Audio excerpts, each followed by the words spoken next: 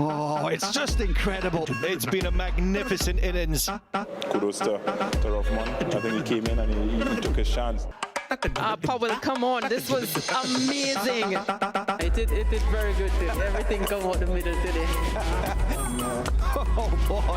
Very, very strong game. Oh Lord. What a knock this has been. And by miles into the crowd. Magnificent. Impressive. Absolutely magnificent, and they are on their feet here. I'm sure his family will be proud.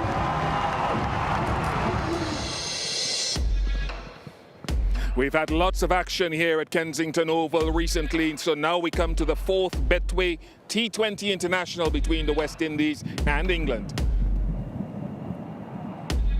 It's been a wonderful series, very entertaining so far.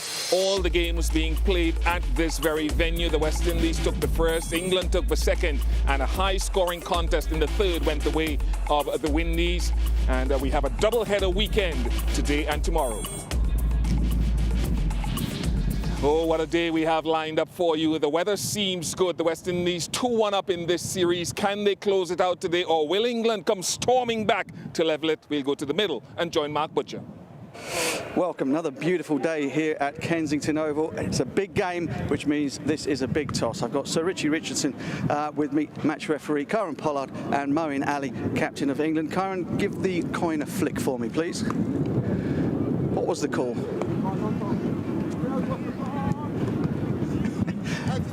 Bit of exercise for Richie. West Indies have won the toss. Mention it's a big toss. Kyron, careful. What are you going to do? Yeah, we're going to field first. Field first. And what do you make of the surface? It was the one that you guys narrowly failed to chase down 170 at the weekend. Yeah, it looks a good track. Obviously, we don't know what's going to offer. Normally, you try to see what's going to happen first with the, dimensions of the ground with the breeze. Batting first here, a strong breeze. So we can try to use that as well. So let's see what happens. That certainly worked well for you on Wednesday. Any changes to your team? Yeah, 2 changes for us. Shai Hope misses out. Kyle Mayers gets an opportunity, and Fabian Allen misses out, and Dominic Drakes, gets another opportunity as well. Obviously, a big opportunity here to turn over the #1 ranked side in the world. That'd be a terrific way to start the rebuilding process as we got forward to the Australia T20 World Cup. Yeah, of course. Obviously, we had a big squad here, but it's not a matter of just chopping and changing for changing's sake. Myers getting an opportunity at top of the order. He's an aggressive batter, so let's see if he can take that initiative. Once he gets in, and young Drakes, using his height, his bounce. He's a local lad. Knows the conditions here pretty well as well. So what a game to come in and try to use what he knows, and I'm sure that the team will be backing him 100%. Okay, Karen, thanks for speaking with us. Moeen, going to have to chase. It's not been straightforward setting totals here, but they've actually won the game more often than not batting first. Yeah, and it was actually a toss where I wasn't too fussed about losing, because batting first here, we batted well, played well. We got a good score here last time, and it did spin later on. So yeah, we're pretty confident still, and hopefully get a good score on the board. Okay, 5 changes on Wednesday. What's your team tonight? 2 changes today. Sam Billings comes in, and Chris Jordan come in for George Garton and Harry Brook. Okay, right. So 2 changes. Jordan back. I mean, that looks like what you would say would be your strongest bowling lineup, perhaps? Yeah, I think so. I think CJ brings a lot of experience, and probably our best death bowler as well over a long period of time now. So hopefully we can use that today and bowl well. Yeah, it's been tough. Been a hell of a series. West Indies always seem to raise their game when England come out. You found that, haven't you? They always do, and most of the teams do, to be honest with you. And they've played really well so far, and we've played well in bits as well. But it is a big game today, and if we win this, then hopefully a great game tomorrow. Okay, right, great stuff. Thanks for speaking with us. Very good luck to you. So the news from the middle out here is that the West Indies have won the toss and are going to have a bowl. Thank you to Mark Butcher, and of course Moeen Ali will be leading the team once again. Owen Morgan will take no further part in the series. Moeen's very, very experienced, so I'm sure there's a lot of confidence in his ability to do that, as well as Chris Jordan. You heard from Moeen Ali, he's been their best death bowler over a long period, but the fans may be asking, what have you done for me lately? Sam Billings is back after his long journey from Australia. He comes back into the 11 today, and he brings, of course, the skill behind and in front of the stumps. Local boy, Dominic Drakes, whose father played with distinction for the West Indies and so many franchises across the globe, in for another T20 game after the tour of Pakistan last year, as well as another local hero, Kyle Mayers, who scored a double hundred in his test match series down in Bangladesh last year. What a wonderful debut it was in test matches for him. Alongside me, Mark Butch and Stacey Ann King. Mark, your thoughts on the England lineup? Yeah, that looks something close to the best available team they've got to them at the moment. Harry Brook misses out after coming in an unaccustomed position to him down the order. Phil Sort was absolutely magnificent on his debut on Wednesday evening, so he'll be looking to add that muscle to England down the order. And as you say, Chris Jordan back in the team, and hopefully, he's lost his mojo a little bit at the death. It's been very, very difficult for him. So he needs to put in a performance as much to quieten down the doubters around him as anything else. Stacey Ann King, your thoughts on West Indies? Yeah, two changes. Kyle Mayers comes in for Shea Hope and Dominic Drakes comes in for Fabian Allen. I think it'll be important again just to see how Kyle Mayers goes in this game, because he hasn't been given an opportunity, and of course needing that start. Yeah, it's been wonderfully set up here, and a lot of the kudos, I suppose, will go a mark to Rovman Powell's ultimately brutal knock in the last game. Yeah, it was something to behold, wasn't it? I mean, I don't think I've ever seen cleaner and more consistent hitting than that. And it wasn't all brute force. There were one or two strikes, however, that were that one in particular, which were the domain of only a few players who have that sort of upper body strength to be able to hit the ball like that. That from the top of the stumps with a cross back, straight back over the bowler's head for six. It's just utterly brutal. And what a way to sort of re-announce yourself to the T20 team. And the West Indies now have got a lot of options for players who can come in and play in that manner in the middle to lower order. What they need is a little bit more consistency from the guys at the top, and then they will be an unbelievably dangerous team once again. One of the things, Stacey, and I suppose when we look at the last game was some of the fielding, because there were some bloopers in the second game. The third game, both sides a little cleaner. I think it was important because they knew where they went wrong, and those were some crucial catches that were put down. Moeen Ali, I mean, come on, catches win matches at the end of the day. But it was good to see them come back from that, both teams, and just able to put pressure on each other. That was a lot of pressure. The question I'll be asking after what we saw breathlessly with the six hitting in the last game, Mark Butcher, can the bowlers now shrink the game? We've seen the game being stretched with a lot of batting. Yeah, we have. I mean, I saw the bowlers out there today, again, thinking about the dimensions of this ground and the way that the wind is blowing across. So you'll see right-arm bowlers bowling round the wicket, trying to bowl it wide to the right-handers, try to keep it away from the short side. There's a lot of thought that has to go into defending on grounds when you do have one side smaller than the other. I think the West Indies have done that better than England so far. Will England be able to adapt and raise their game with the ball this time round? Time will tell.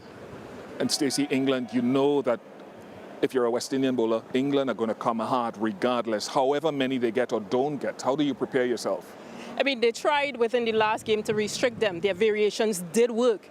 And then trying to just bowl across them rather than, just give them that free shot to play to the leg side. So they're going to have to do a lot more of that again. But again, just maintaining that good line and length, that 6 to 8 meter length in which they need to bowl would be important. Boy, I tell you, who knows what we can get from the surface here, who knows what will be the outcome, because we had a low-scoring first game. Since then, the scores have just gone up. Glorious sunshine here. So let's bounce out to the middle and find out what our local hero, Kemar Roach, and of course a visitor from afar, Steve Harmison, have to say.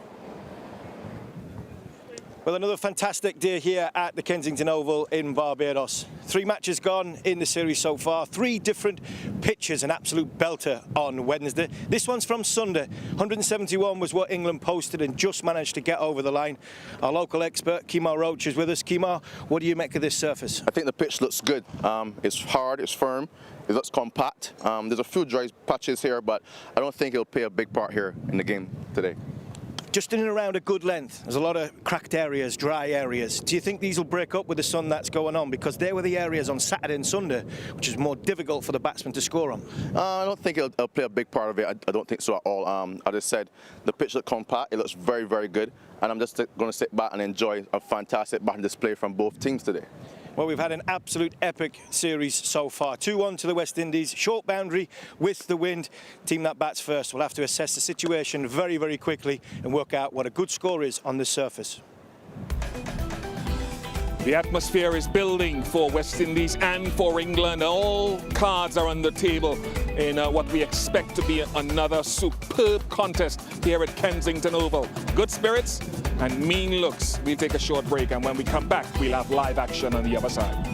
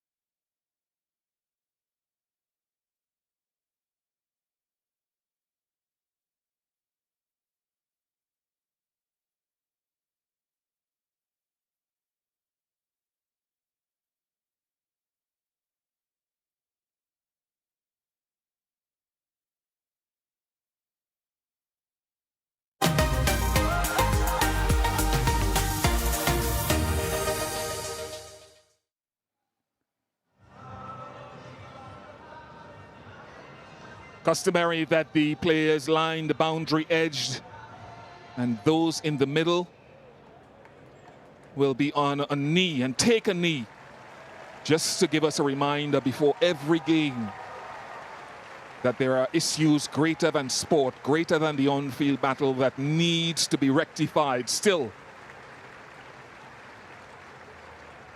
great to see everyone buying into it. Hello to you wherever you are in the world. West Indies 2-1 up in the series with a double-header weekend today and tomorrow. We've talked about the short boundary to Jason Roy's leg side. And you know that himself and Banton will go hard at whoever comes their way. Can Sheldon Cottrell find swing?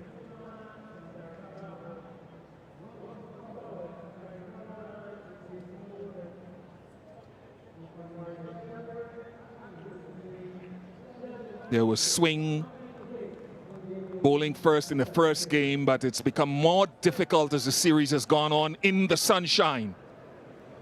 A deep mid-wicket and a long on in play for Jason Roy.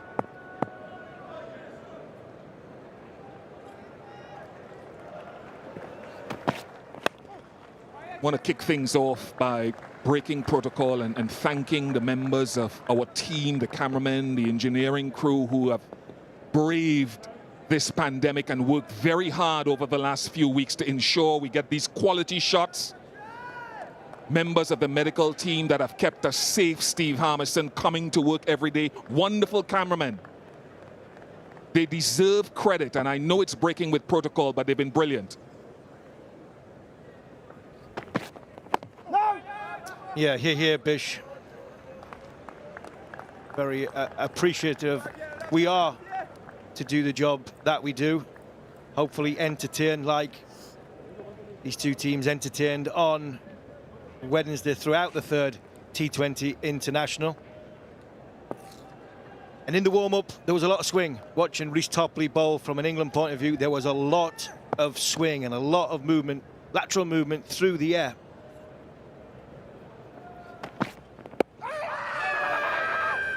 Sheldon Cottrell is absolutely convinced. Puran wants a review. Can he convince Pollard, who's way down at long on? Puran says he likes what he saw there in his strong Trini accent. Reviewed. Thank you, Patrick. Review for LBW. TV umpire to director. We have a player's review for LBW. The original decision given is not out. Fair delivery confirmed on front foot. Can you give me front on, please?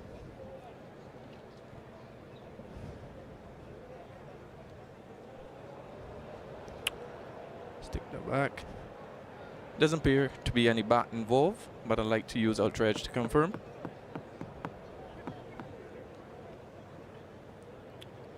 Yeah, I'm satisfied there's no bat involved. Can we move on to ball tracking when ready? Pitching in line, impacts in line, wickets missing. And go back to Patrick on field. Patrick, I'll let you know when you're on screen. Stay with your original decision. Yeah, good decision from the on-field umpire. I like the bounce, Pish. I like the bounce, the way DRS is shown there. That looked as though that bounced comfortably over the top of leg stump. Jason Roy advanced outside the crease. Sheldon Cottrell wasn't looking to swing that. It was a little bit of a cutter. Off the computer there, that looked as though it bounced well over the stumps. Nice friendly half volley that might be well saved by Brandon King. I'm sure the umpires will want to have a look. Lovely shot by Jason Roy. Just waited on it. Sheldon Cottrell just pushed it up. Didn't really swing and come back, but a good effort by Brandon King.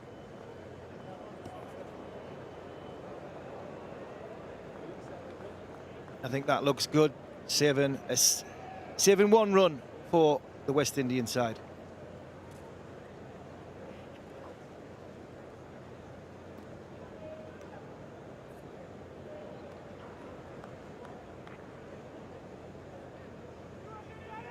Fielding from both teams, I think, in this third game was very good. Sorry, can I have leg stump, please? Luckily, the cap didn't go on to the ball. Yep, run saved. So Banton, after his impressive half-century in the last game, will be on strike. Slightly different field with a deep square leg, not a deep mid-wicket, but the long on still in position. Both batters have been caught down in the deep at long on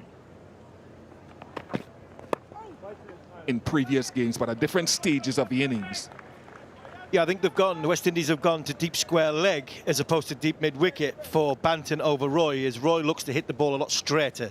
He wants to open up, come down leg side and looks to hit the ball straighter. And then if he doesn't quite get it right, his hands tends to drag it over to sort of mid-wicket region, where Banton is a little bit more leg side dominant. I think that's why the two fielders in the deep are in the positions that they're in. No first slip though. And that's the first boundary of the contest, a fall shot nevertheless. 7 without loss.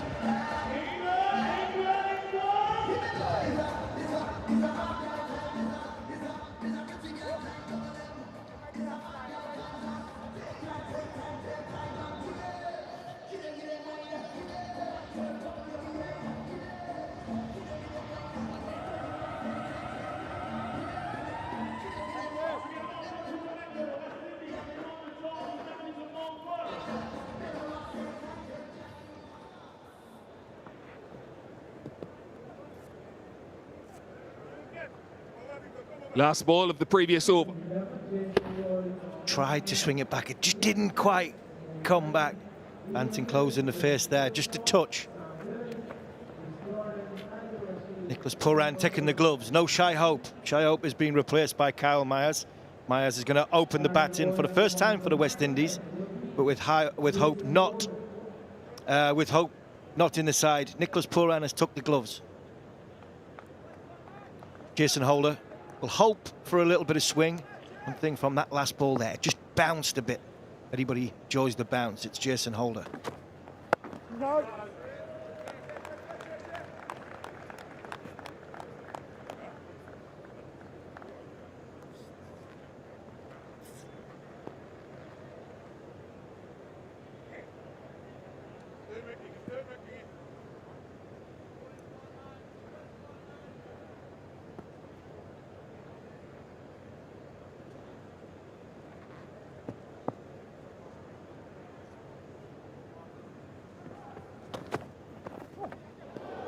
There is a little bit of swing, late swing.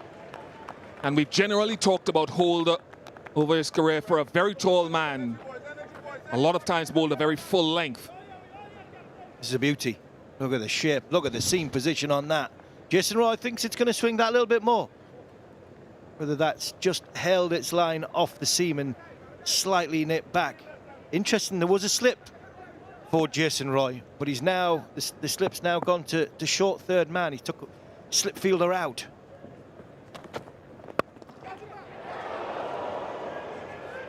The big hands of Holder could not reel it in. That'll disappoint him. It wasn't struck that powerfully. Always difficult. Ball coming back to the bowler. No caught and bowled is an easy chance. Jason Holder will be disappointed that he didn't grab a hold of that or even push it up in the air. Possibly done by Pearce. Ball coming off Jason Roy's bat. It didn't fly back to Jason Holder, but you've seen there again. Just a little bit of shape, a little bit of swing, and with his bounce, slip goes back in.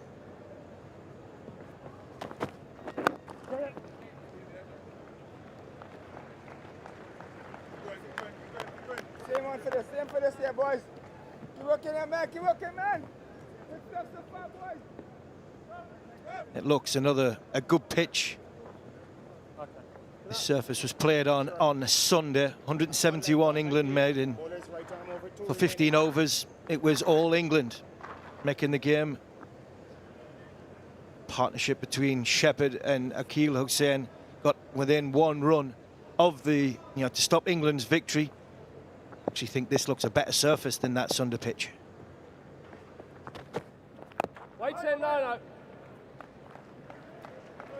While the ball is swinging to Tom Banton, I think Jason Holder nicked him off in the very first game. And he can be a complicated player to bowl to. He'll play these little flips over fine leg attempts or scoops. Slip has come out once again and gone to mid-wicket for the last ball.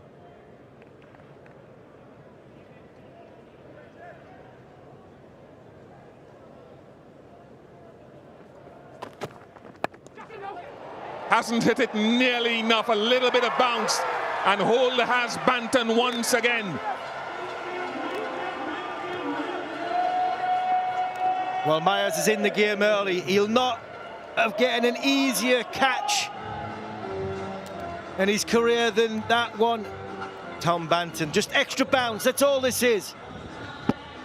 To come down the wicket, not quite set, not got a settled base. And the bounce of Jason Holder, splice of the bat, captain's happy, former captain's happy.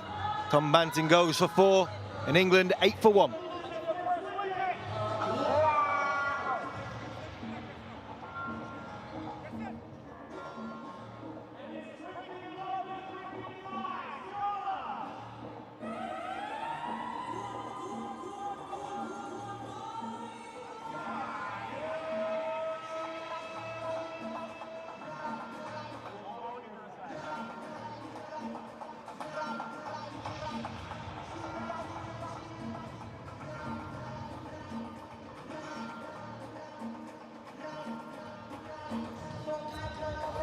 James Vince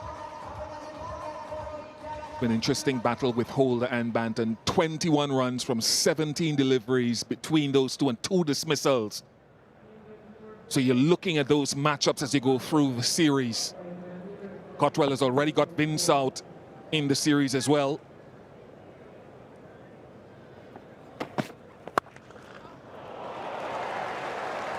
Jason Roy drives that with a greater degree of power to get to the boundary. Yeah, more control from Jason Roy there. Just waited for the ball. Floated. Half volley from Sheldon Cottrell. Didn't swing. And this time Jason Roy's timed it much better than he did the one before. That only got 3. This time gets it to the boundary.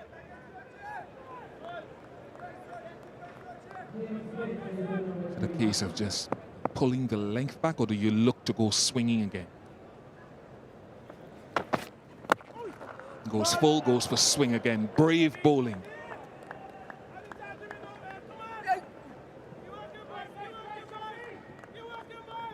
Yeah, ball's just bounced, and we see there Tom Banton, he's coming out of his crease, and he's not quite stable base, and because of the bounce, and he's off balance, it's just hit the splice of the bat, gone straight up in the air.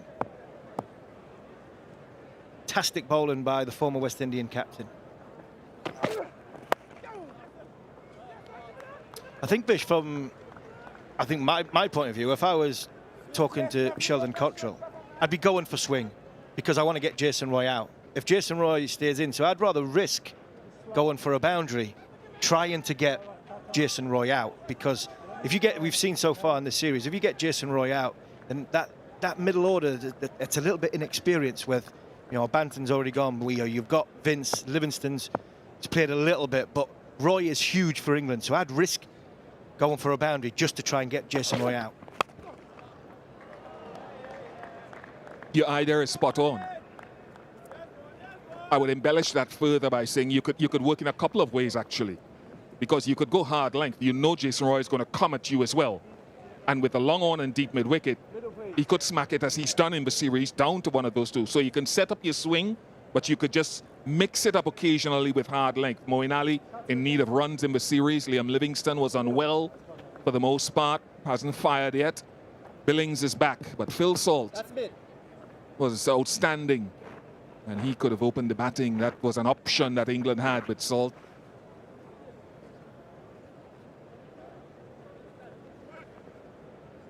And at the field, I'd want to slip. I really would. I know we're playing 2020 cricket, but the bounce on this surface, I'd want to slip to James Vince.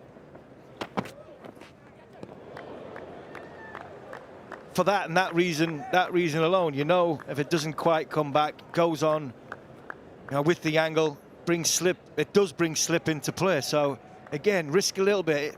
West Indies, you're 13 for 1, cusp of the 3rd over. You can nick James Vince off, then all of a sudden England are in a bit of trouble.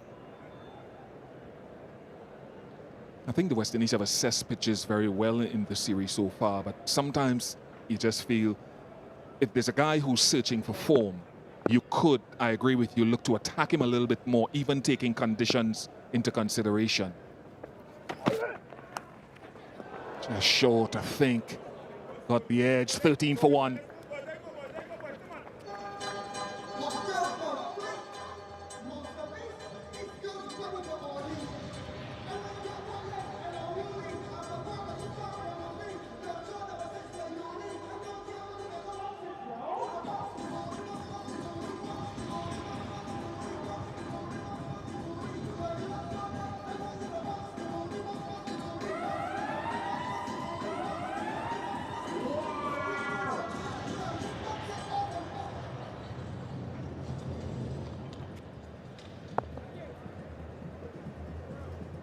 Holder.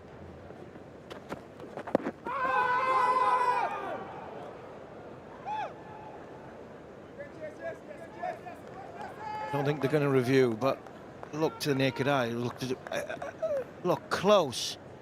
Jason Roy just got caught on the crease there a little bit.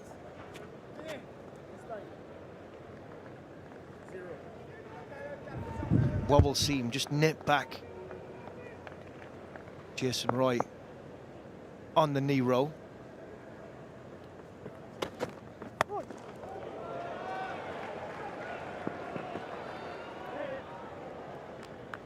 I'll be happy to get bat onto that because he was already dismissed by a full bunger from Cottrell in the first game of this series. Good bit of we've seen Jason Roy come out of the crease. See here the scoring shots against seamers so far in this series. Loves opening himself up, giving himself some room to open up the leg side.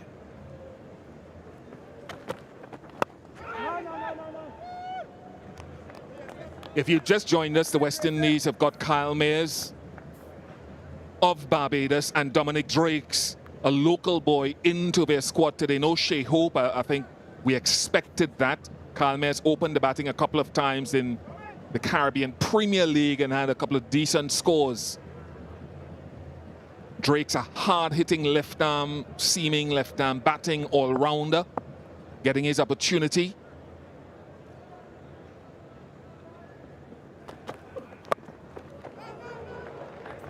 Of course, many viewers will remember Vasper Drakes, the father of Dominic, who plied his trade as a right-arm seam bowling all-rounder for the West Indies and a number of teams in the UK and South Africa, etc.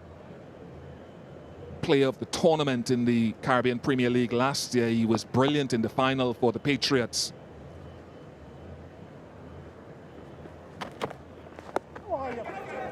So good from Holder. Not so good for Roy. Jason's in a little bit of trouble here. Don't think he can quite get his rhythm, his movements, trust in the bounce of the ball. I think that's hit him in the unquestionables. Oh, that's going to hurt. Giving himself a little bit of time here is Jason Roy. Not only after that blow, but possibly giving himself a little talking to, trying to get himself more of a stable base. Again, continuously done in the power play. Jason Holder is at the England batsman's number. Uncharacteristic. 11 from 18 for Jason Roy, 15 for 1.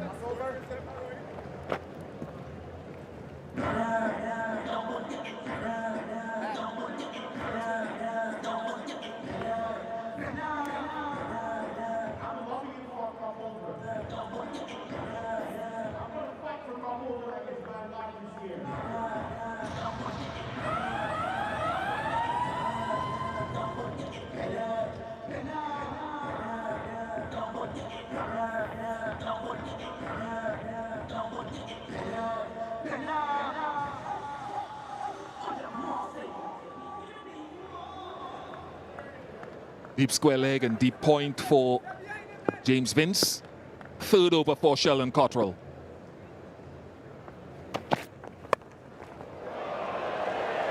Over the top of the man at backward point for 4. Loose delivery. Width, that's all it is. Sheldon Cottrell just come out of his action just a little bit too early. Lost his left side. You see there, he just got blocked. So he didn't full rotation of the action. And there's a free hit for somebody as classy as James Vince outside the off stump.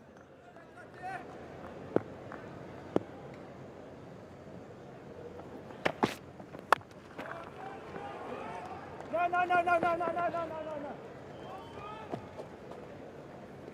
Darren. Come up. And what you see with the options for the West Indies today, of course, Dominic Drakes with his left arm seam. Kyle Mayers can bowl a couple of overs if required. He's an underrated medium fast bowler.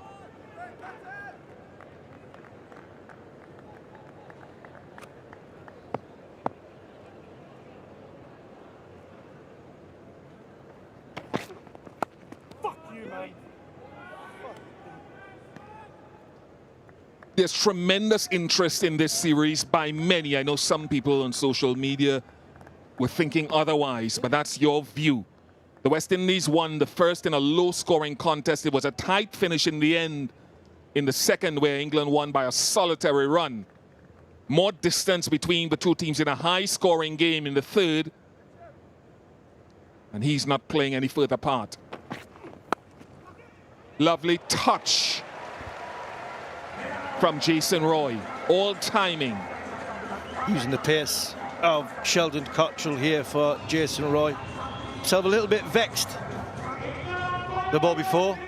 Apologies if you heard some choice language because Jason Roy was annoyed with himself. He knew he had missed out. This time, didn't try and hit it too hard. Look for the gap and used the pace of the width of Sheldon Cottrell. Got it perfectly through. Backward point.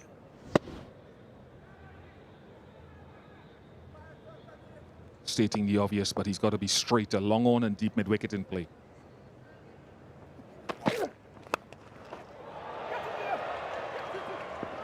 Pace off it. The thing about players like Jason Roy, Steve, is it's uncharacteristically slow from him, but he was slow, I think, in the second game as well. The danger with players like him, power players, is they can suddenly tee off even if they have a slow start, those sorts of innings. So I'm not saying that'll happen today, but it's always dangerous once he's still there. He is, and that's the beauty about Jason now, the more experienced Jason. He might have given it away earlier in his career. Now he knows he can catch up. He knows he's got the game to catch up. What a shot that is. Wow, that's on the roof.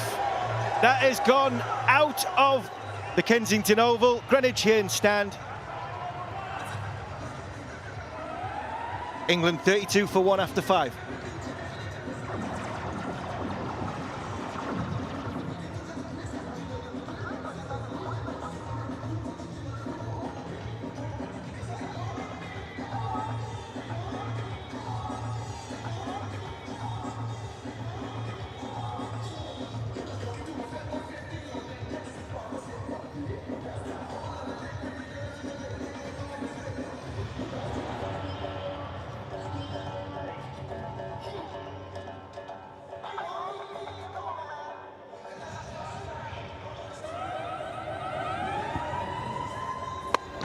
New comms, new ball, please.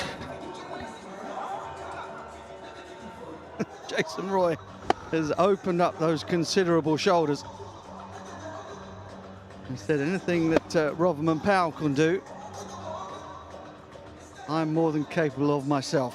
101 metres to open up the 6 hitting account. Good evening, viewers.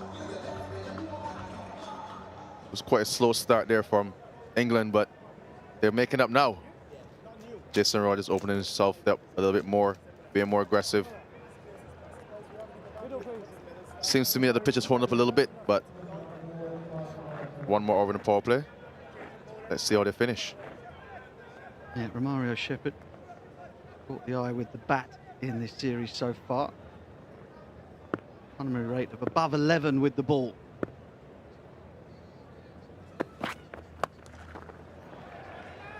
Picked up a couple of wickets in the run fest here on Wednesday. Got rid of Jason Roy and the dangerous Liam Livingstone. There's the hero of match 3, Rotherham Powell. What a night he had. Yes, must have been relishing that innings. I'm sure you got a lot of congratulations after that game. It was a blistering and fantastic innings from Rotherham Powell. Well, it's off the bottom of the bat, I think.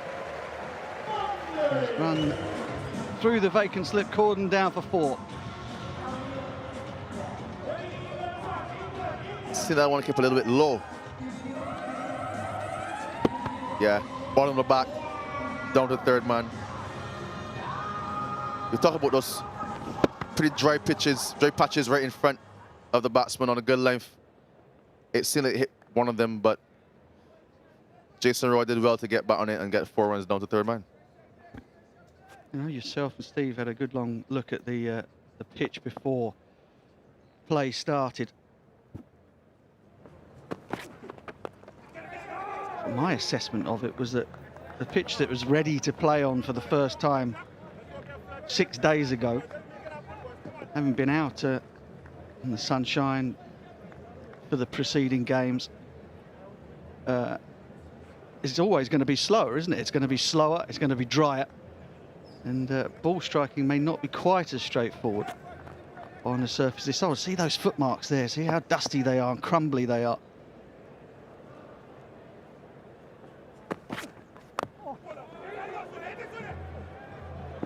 Scampered single. I think those cutters are going to come in very handy. I think the spinners might have quite a big say in the scores posted in this game as well today. Yeah, good assessment. Yeah, it looked a bit dry when I saw it this afternoon. I still thought it was going to play well, but you can see that the West Indies realized that it's gripping a bit.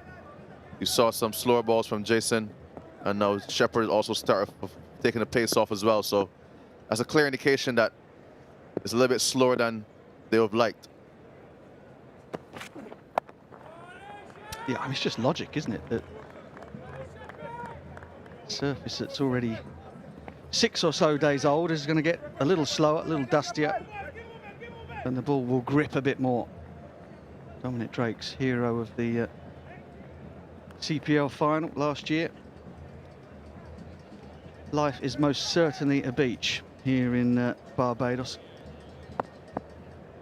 Not a bad place to watch the game from.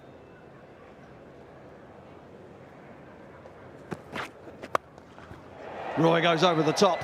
He's got plenty of it. And that's almost killed a Crusader out there over long off. Yes, full again from Shepherd. And this time, Roy got fantastic piece of bat on it over the long off. Score now is 45 for 1 after 6 overs.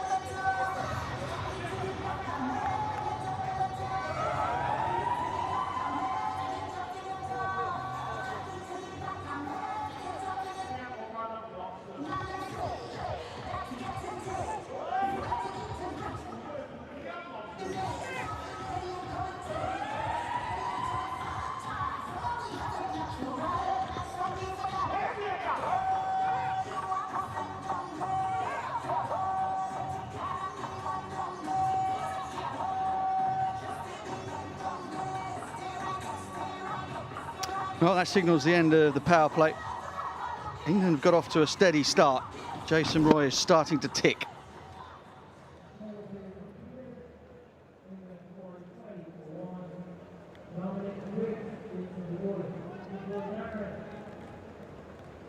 Drakes is in for his first over of the match.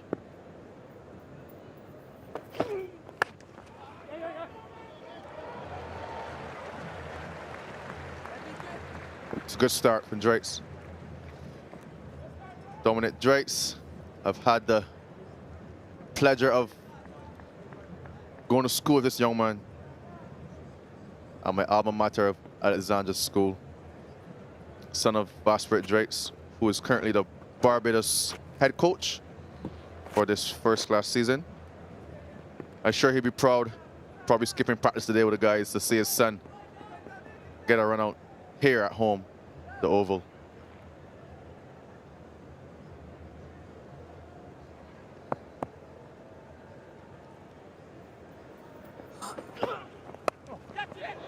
Slower ball deceives Jason Roy, but he gets a rather streaky boundary down the third man. And that brings 50 up for England. Yeah, a bit of luck there. Slower ball into the pitch again. He was through the shot very early. Bit of luck. Over the man at short term man. Gets 4. See, that ball just stayed in the pitch a little, didn't it? Just held. Jason Roy got miles out in front of himself with the hands.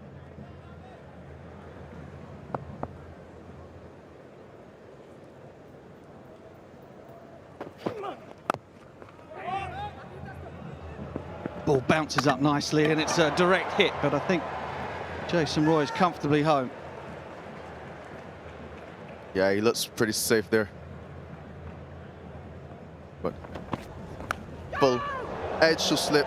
Bit of luck there for Vince. Bit of luck there also for Roy. But Banton got a little bit too close to that one. The extra bounce out caught at short mid-on. Good bowling from Jason Holder. And that's a beautiful shot from Roy out of the park. And then Fantastic shot over long off, obviously, ending the power play.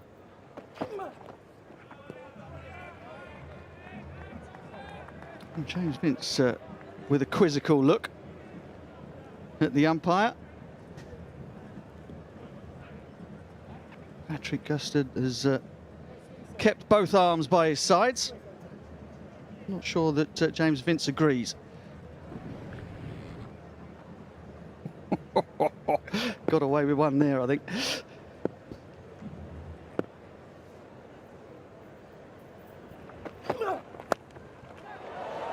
Again, it's up and over. Oh my goodness, it's gone all the way for 6. Can't quite believe that that has carried that far. Very fortunate. I thought Mears was a little bit too close in there at third man. Didn't judge it as well as he should. I thought if it was on the boundary there, he probably had a stand a better chance of taking a good catch, but good luck for Vince.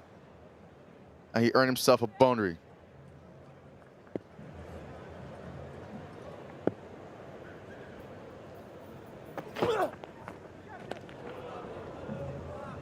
Oh, not the most fortunate of first overs in the series for Drakes. 57 for 1.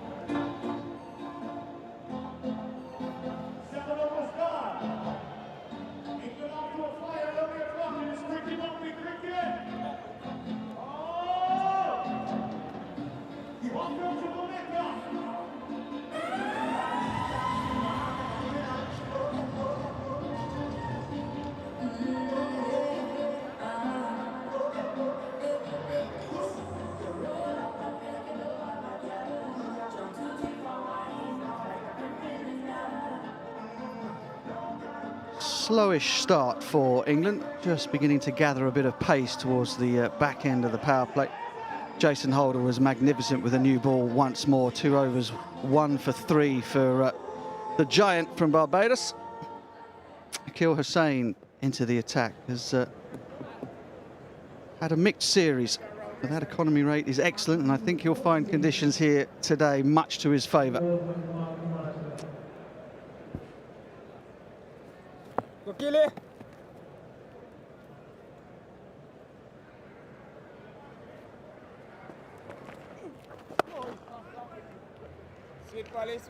Good start from Akil.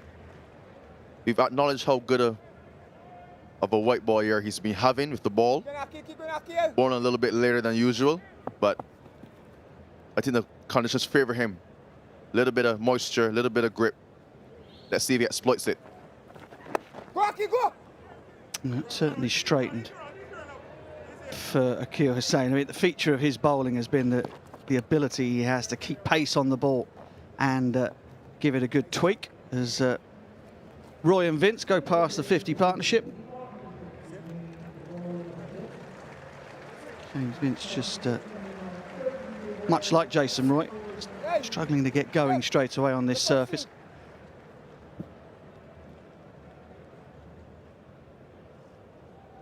But a good partnership is needed right now for England. As you said, after that slow start that they had, I think right now, losing the early wicket of Banton, I think these guys will want to take it into the middle a little deeper, get themselves set and probably push on to get that big score.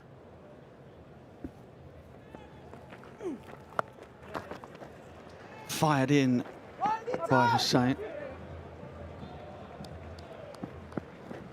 Keep going after.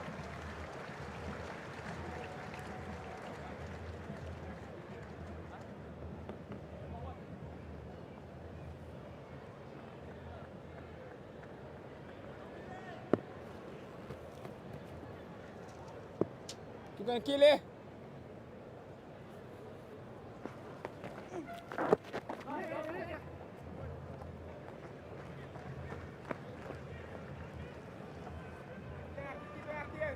Yeah. Got to press a bat on that, Vince. I think Akil is much flatter to start, much straighter. Don't want to give the batsman too much room after the decent start they've got so far with these two batters at the crease.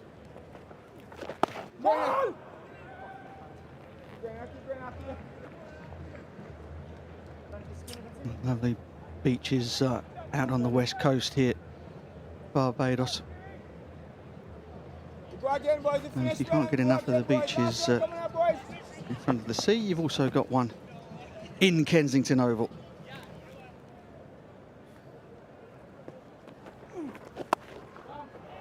Roy goes square, hit that hard. That's a high quality shot from Jason Roy. 8 gone, 65 for 1.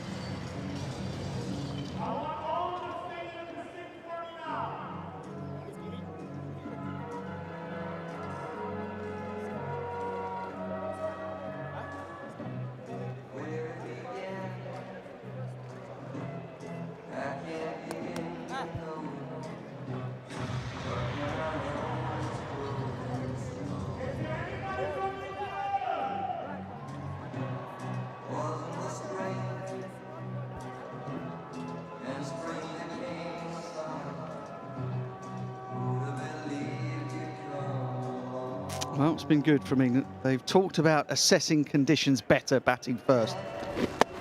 Being able to make their way to a total as opposed to just going out hell for leather no matter what. Vince down the ground. Not even Pollard can get to that. That has been nailed. And if Pollard can't get to it, it has to be a good shot. He really crunched that. A little follow there from Drakes.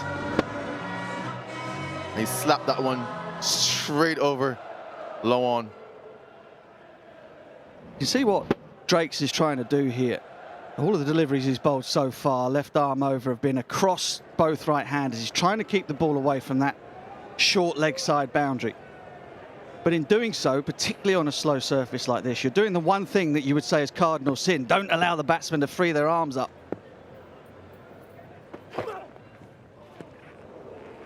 Good point.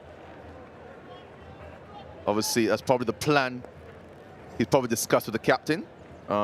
Still young in international cricket.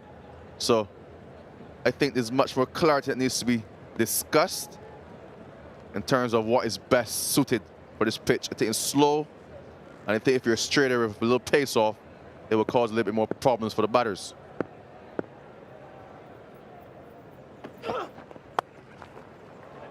Yeah, that's a general rule, isn't it? I mean,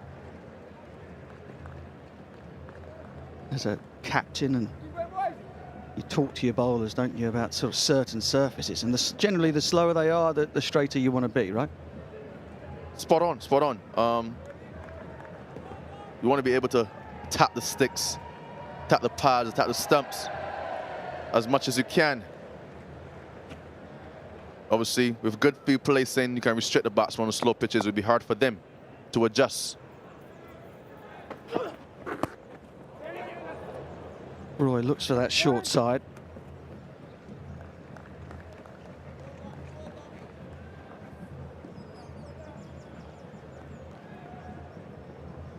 Yeah, but you can see that the clear plan is to make them hit to the bigger side of the ground, which is the eastern side.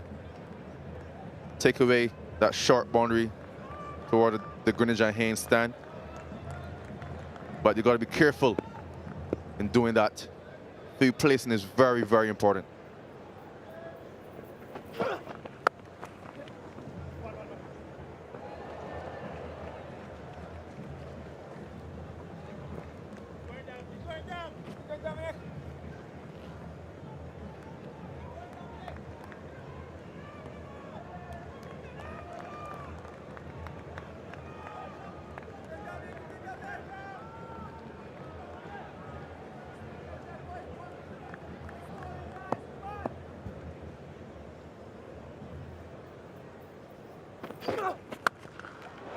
Short side.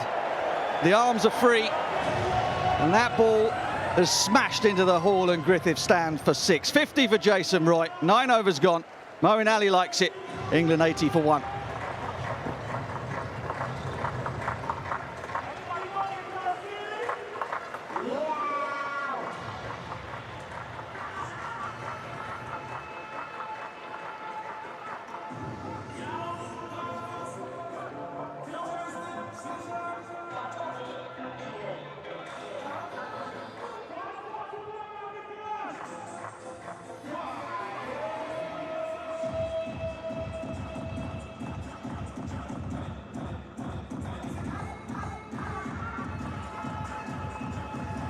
Well, once again, Jason Roy unceremoniously dumps a bowler over mid-wicket for 6. Hit it flat, hit it hard, and again, Roy able to extend those arms. And that is a beautifully played half-century. It's Pollard now from the Malcolm Marshall in with his bag of tricks.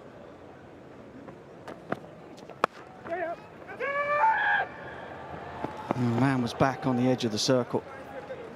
As long as both Vince and Roy reacted to the call, they were always making it home. Come on, boys, come on, boys, come on, boys, come on, boys, But Roy looks busy today. He looks like business, the guy from Surrey. I think having a pretty lean series so far. He's trying to make it up in this innings. The decider, I would say, if England lose here, they're out of the series. So I think they'll be banking on him to have a fantastic knock and give them a fantastic score to defend later.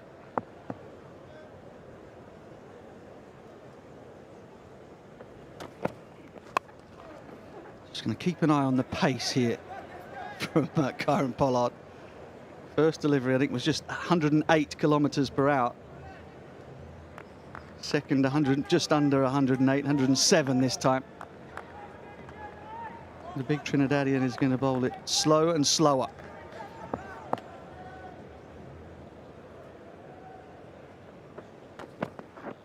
No!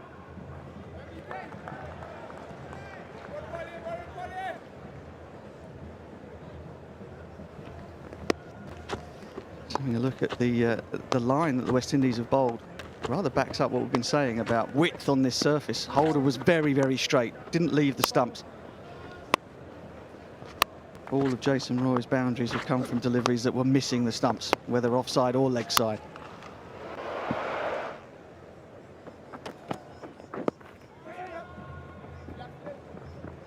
And there we go again. Another straight one off the tie pad. But Pollard is going to, obviously, experienced campaigner, play all around the world. He's probably come out on pitches like these many times. I think he'll know what's best to produce here as a bowler. And I think into the pitch, slow and slower, as you said, Butch. And I think that will do the trick, probably to just take the rhythm away from this pair and obviously pick up a wicket. It would be fantastic. Yeah, surfaces at Queen's Park Oval can be a bit like this, can't they, where pace off is the way forward.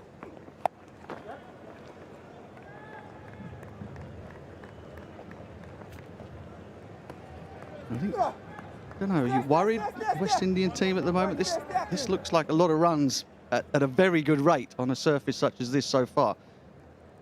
Yeah. 80 runs before we're even halfway.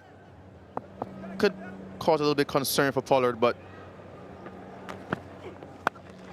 pushed down to mid-off. And I think that'll be the over.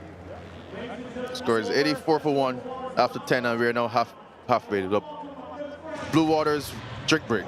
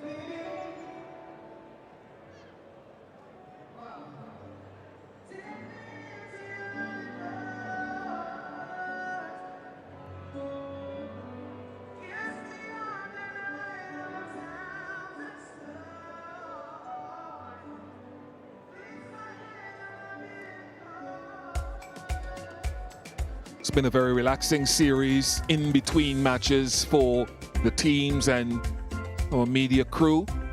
And that's mostly what Barbados is all about, not exclusively, because there are many ways to relax: water sports, fine dining, a little bit of shopping if you're that way inclined. And then you can stick a little bit of cricket in between for many of the tourists. A number of cruise liners dotted around the port and the harbor here watching Jason Roy take off. He was a runner ball after about 4 overs. A wicket to Jason Holder.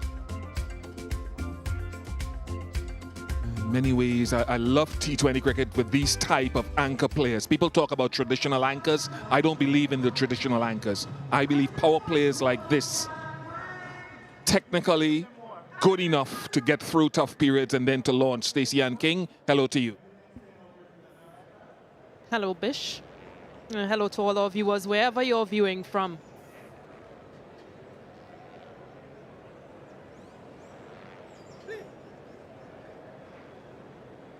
Yeah, he's been superb, Jason Roy. Scored 45, missed out in the second game, scoring 45 off 32 balls, but came really strong comeback from him in this game. Shepherd going round the wicket to angle the ball across Roy. Too much so. Then you've got guys like Moeen Ali, who wasn't fired, Phil Salt, who got a half century on his debut here in the last game. And it's a wonderful story. A colleague in the media of us, Matt Roller, wrote on Phil Salt. Salt was 13 years old when he sat in the stands here and watched England win the T20 World Cup in 2010. His coach, Paul Collingwood, coach now, walked around the ground with the trophy after hitting Shane Watson for the winning runs. And I think he got to Phil Salt. Somehow he said, there's Paul Collingwood on the right, have a touch of the trophy, have a look at it now while you can. And Phil Salt was really a soccer kid, a football kid. But I'm sure that that experience sort of was the embryonic development of his love for the game.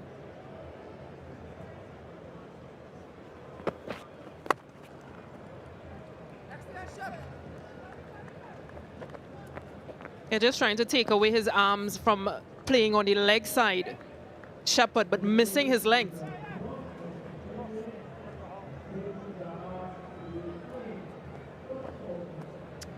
But yeah, that was definitely a good batting display from Phil Salt in the last game.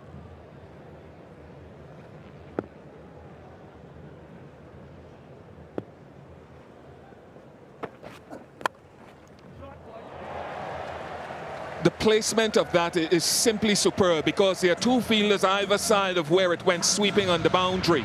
They had no chance. Yeah, very big and important partnership for England. Just beating Darren Bravo to his left as a left-hander as well. So that's very fine. Able to get 4 runs. The line is very predictable. Can he change up his pace to give it more effect?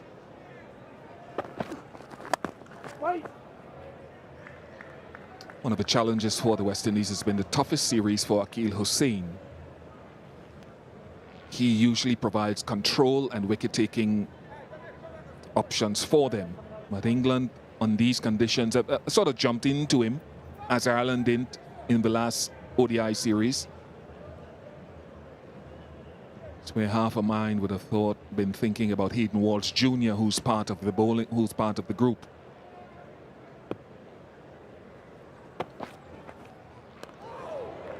Yeah, the pitch has been a bit tacky. I mean, batters they haven't seemed comfortable, but they're settled now. I think that decision of bowling first from West Indies was important, but they'll definitely have to take control of this partnership that is building.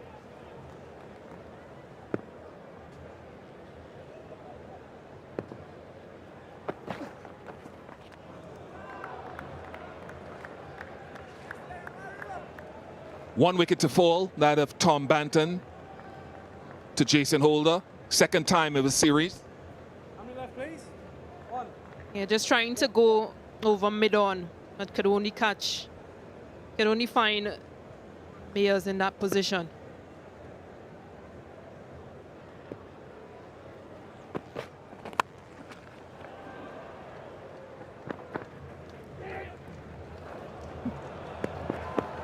Good running in the end. I wonder what a more direct on target throw would have done. Powell seems to think so as well. 93 for 1.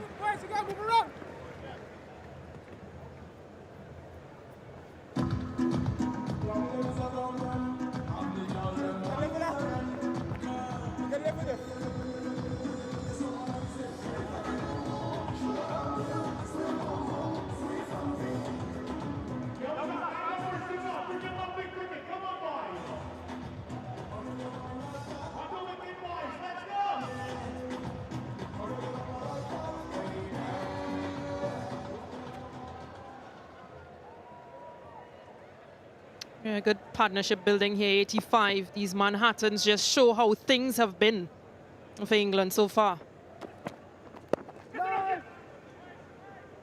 And they lost the early wicket of Tom Banton, just with 8 runs on the board.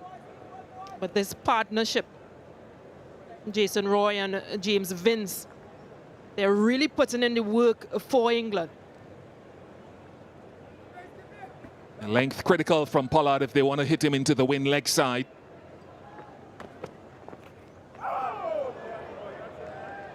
And as well as Roy and Vince have played, and they've played marvelously, it'll take some strength and power with pace off the ball from Pollard, who's been superb in this series so far with the ball. I think that can't be left unsaid. And that's why he's probably tried to show some innovation and go to a shorter boundary.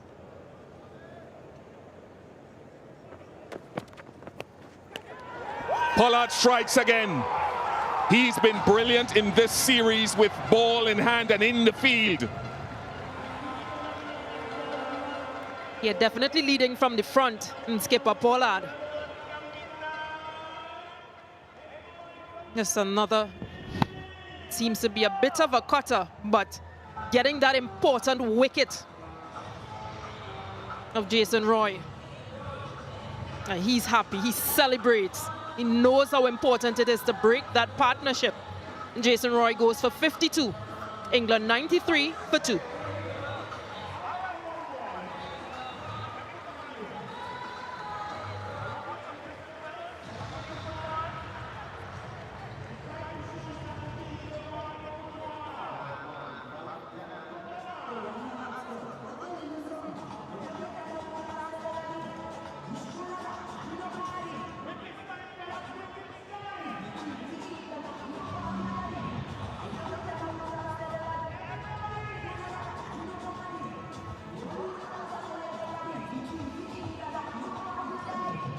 A lean series for Moeen Ali with the bat. Couple of ducks in there, and we've talked about Pollard getting him twice and where he's been caught point and behind point. Will Pollard go wide again to him? Oh, he goes short.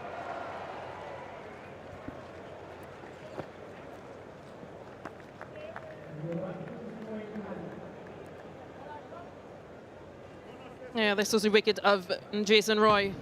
Just getting a very finer edge, bottom edge. Yeah, trying to go big because he's confident. He's on 52. He's seen the ball big.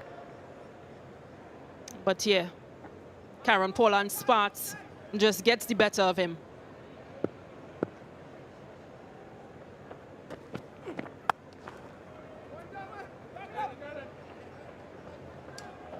If you're joining us in this series for the first time, we were referring to the battle, the matchups with Moeen Ali and Kieron Pollard. 2 of those dismissals. And there's another one where I think it was Jason Holder who got him caught at point.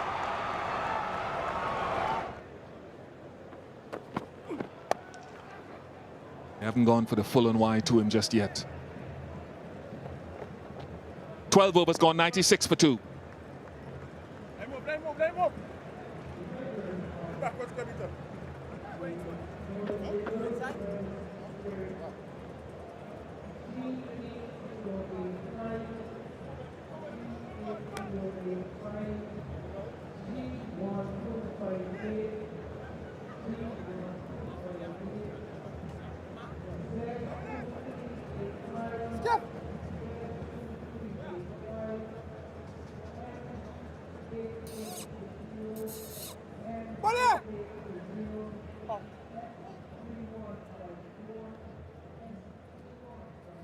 England 96 for 2. Jason Roy 52 as they try to build another partnership.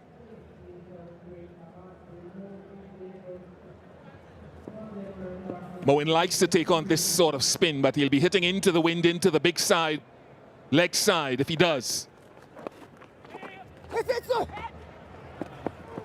In this form of the game, we talk about favorable matchups and how players see certain bowling types.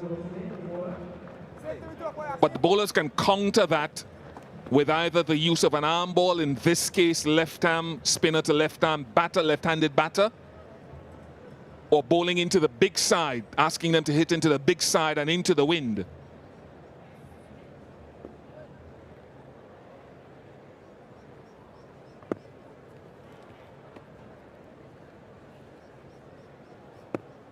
Big shot gonna come here.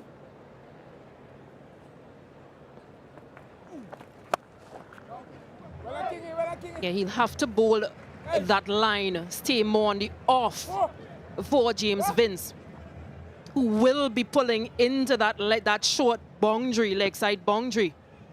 So he cannot miss his length.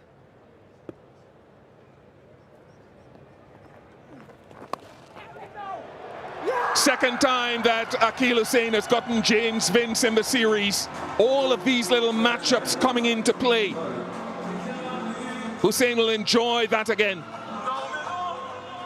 Yeah, working to that plan of taking away that leg side boundary or that leg side shot. This one is a bit wider, but he fishes at it, he goes at it, and goes hard enough to get into those hands at short third man. Hussain celebrates.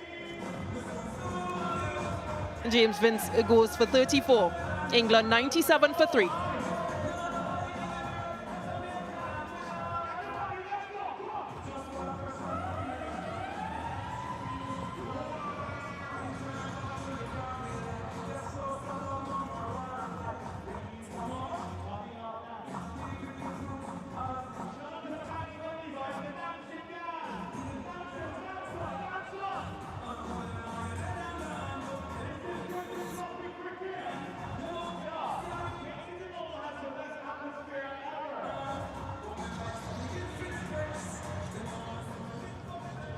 Liam Livingston, I hope he's feeling a lot better now. He missed the first 2 games. He was ill as he played the third. And time will tell now. The other side of the matchups that we talked about this guy to Moeen Ali, but taking the ball away from the right-handed batter. James Vince has fallen 3 times in the series to left-arm spin. Twice to Akeal Hussain, once to Fabian Allen. So that's another matchup. And this is a good matchup here against Livingston. Yeah, I think all that's going to be taken and noted because just later on in the year there's going to be a T20 World Cup. So all this information is important. Let's have a look again at that wicket.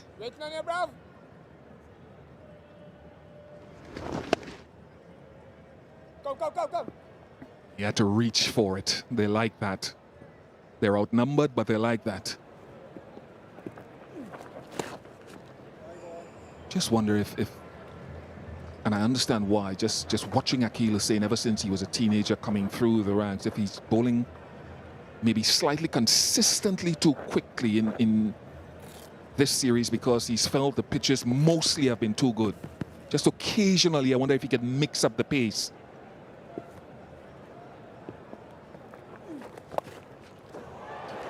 Nice from Moeen Ali. Deliberately lofted over short fine leg. Yeah, very confident shot.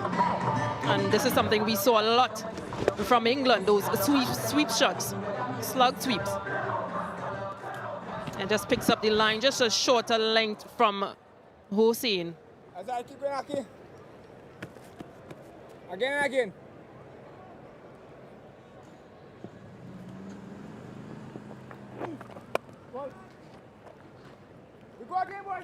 A wicket and 7 off the over, 103 for 3.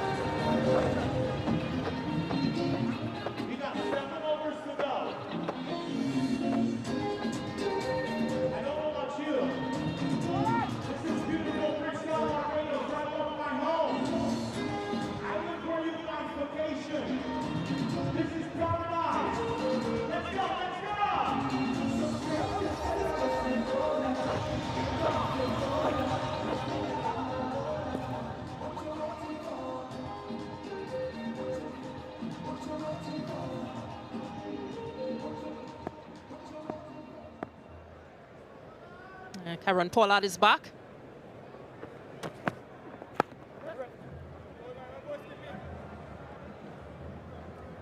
He's into his third over, Kieron Pollard. Has only gotten 3 runs. 6 dot balls out of that. 6 bowlers used so far by West Indies.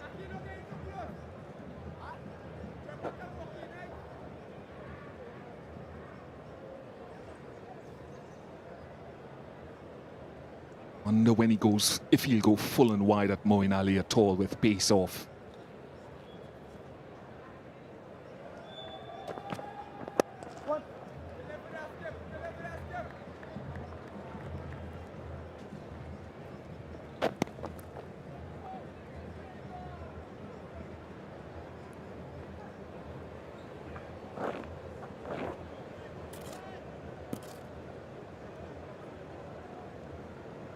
Very leg side dominant player Liam Livingstone, or down the ground.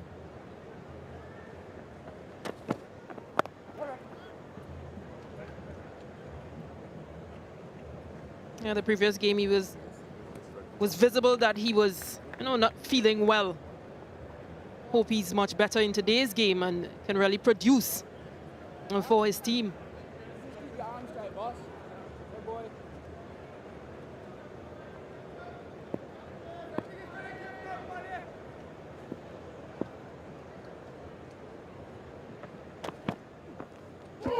That's where he goes wide, called a wide. I just want to talk a little bit, Stacey Ann, about that middle order, or even some of the top order for England. We talk about Phil Salt, Tom Banton, Liam Livingstone.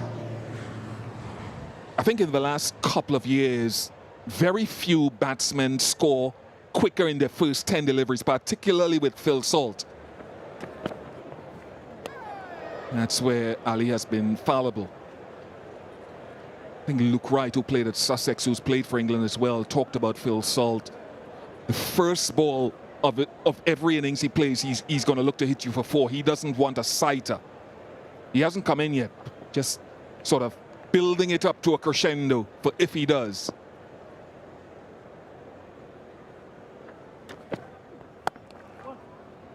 Well, he passed his first assignment with flying colors. 22 ball, 50, sorry. So I'm sure he's going to be eager to come out.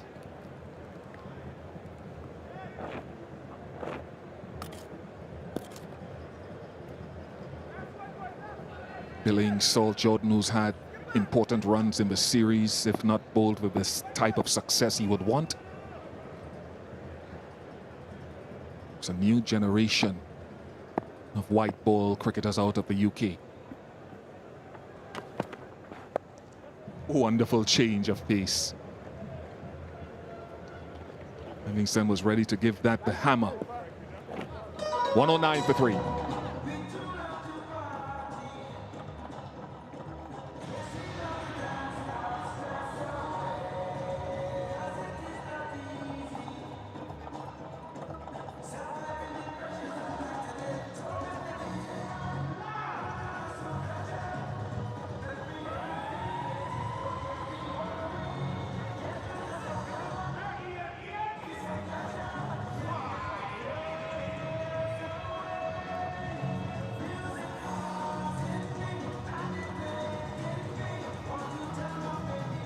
Last 5 overs, England would have just achieved 29 runs and 2 wickets. Just 2 boundaries being hit in that time.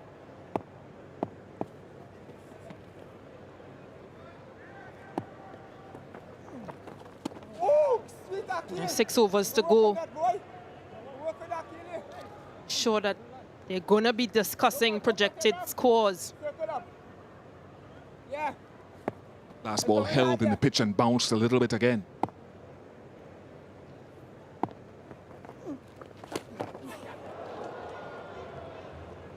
I think you look at Adil Rashid later. Livingston, if he gets the ball, might look at the ball turning and bouncing and say, well, if we get the total that we want, we probably will enjoy this as well. I can take that.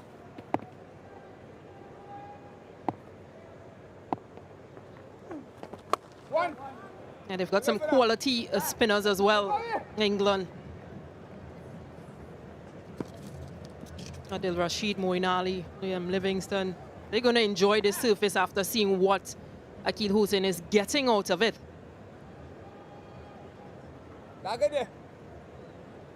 I think for them at present would be what is a good total? Is it a 150? What total is going to be comfortable enough to defend?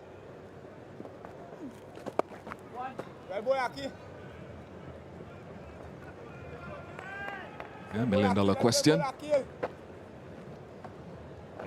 There's Adil Rashid. Bowled well during the series. Pollard 6.75% of balls in the series going for boundaries. It's the lowest boundary percentage of all the bowlers.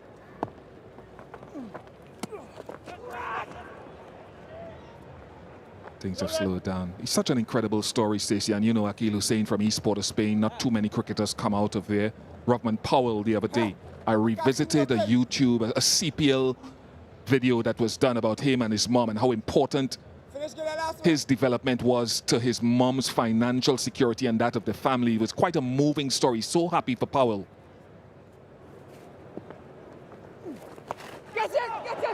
Catch it's the cry, but that's gone. That's gone for 6. Moeen Ali will take on this left arm spin. 118 for 3.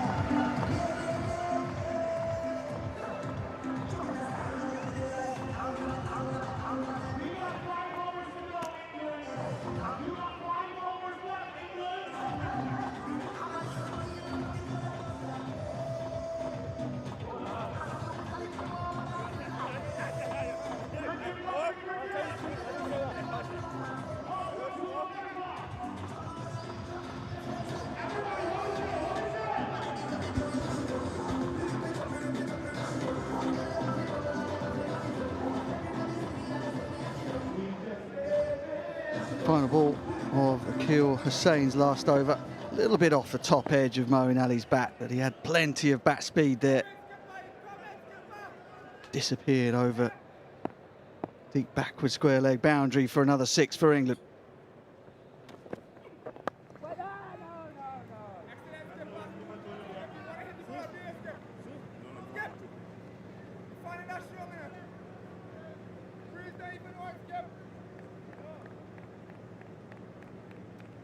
Projected score there for England.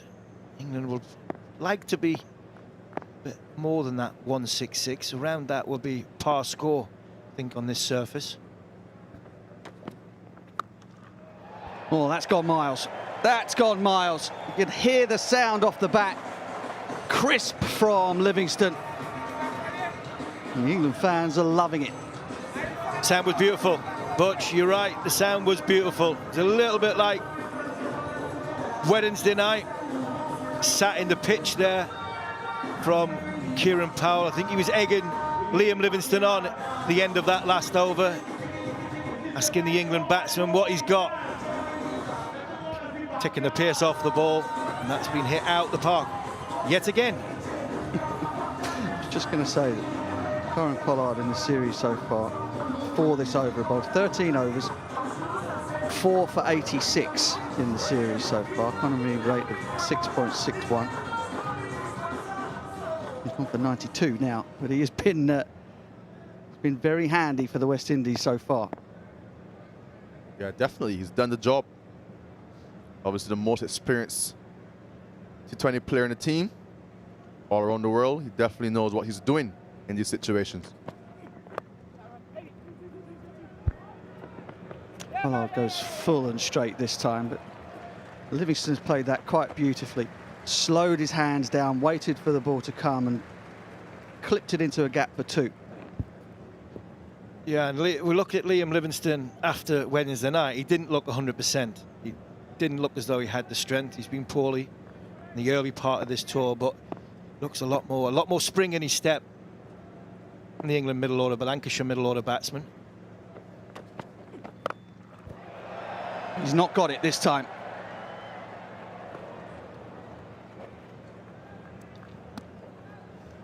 Good from Pollard.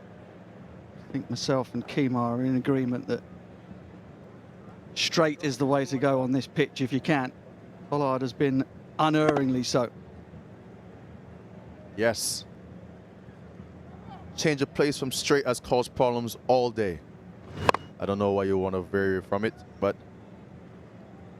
there must be some communication out there in terms of plans specifically for batsmen. But I think it's best to be straight on this pitch. Moeen Ali, again, rather cloths it. Jason Holder gets in the road. It's another 2. Again, we've seen a ball into the pitch, bowled into the pitch that hasn't been quite timed. I think we've seen that over the course of last weekend. Kieran Pollard just rolls his fingers across the seam there. Didn't quite get the middle of Moeen Ali's bat. I just wonder if this surface, that length, bowling into the pitch at that length, getting harder and harder to score off as the night goes on.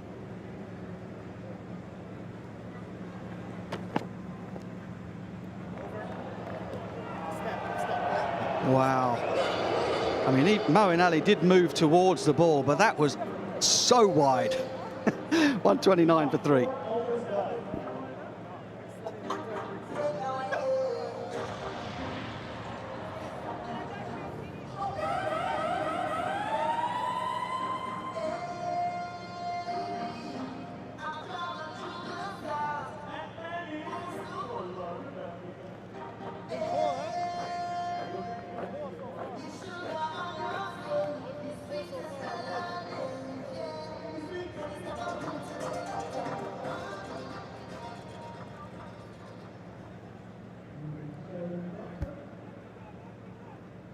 Sheldon Cottrell, 3 overs, cost him 29. He was wide of the stumps almost exclusively, trying to keep the ball away from the short leg side boundary, and in the process allowed Jason Roy to free his arms up.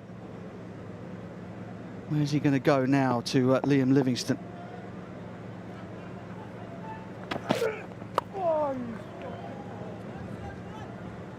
Let's have a look at that last ball, Steve Arneson. You're a bit of an expert on these wide deliveries. I was just about to say, you're asking the right one here. When it comes to wides, I know what a wide looks like. And for me, that was a wide. That was definitely a wide. I know Kemar will agree with me. Somebody who doesn't bowl wides. But I'm sure Kemar will agree with me that the game is now a batsman's game. But the bowler's got away with one there.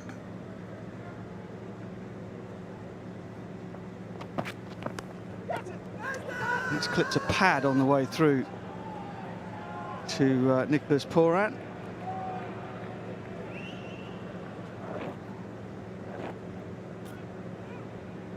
I think we can acknowledge Pollard's spell. 4 overs, 23 runs, 1 wicket. Economy rate of 5.7 and only cost him 1 boundary. I thought he did a fantastic job in the middle there. But it's up to the rest of the bowlers now to close this game out, close this innings out, and make it a very decent total. Again, full straight, a little bit of pace off. 102 kilometers per hour, that last one. And again, just even with the power of these England players, just finding it difficult to find the middle of the bat with any regularity.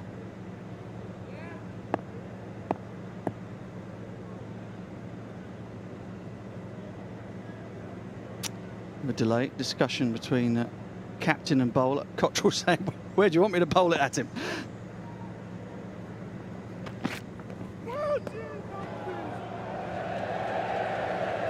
Yeah, the cheer, sarcastic cheer from the crowd, from the wide. Liam Livingstone walked across stumps, but I still think this was a wide. Not sure what Kieran Pollard and Sheldon Cottrell are looking at here. I just wonder if they're talking about third man, the two fielders at short third man being inside the circle, where one of them, because they're looking to potentially go that little bit wider, maybe his third man needs to be on the line.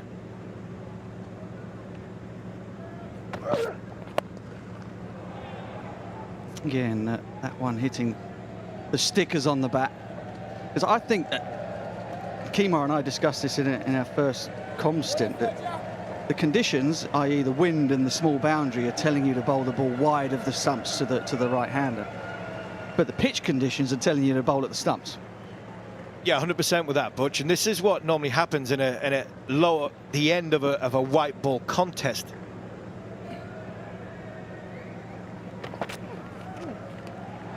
Teams who have bowled very well into the pitch, last 3 overs, get carried away of going full, and that sometimes then gives the batting unit a chance to get their hands free, potentially lose a little bit of rhythm from a bowling point of view, and they lose their way a little bit. So it'll be interesting to see how the West Indies go for this next 3.1 overs. They bowl very nicely into the pitch, and in the death overs they've got to continuously hit the pitch to give them the best chance to keep them down to a total. And Cottrell does exactly what Steve Harmison orders and finishes off what is an excellent over. The 17th only going for 5, 134 for 3. 3 to go.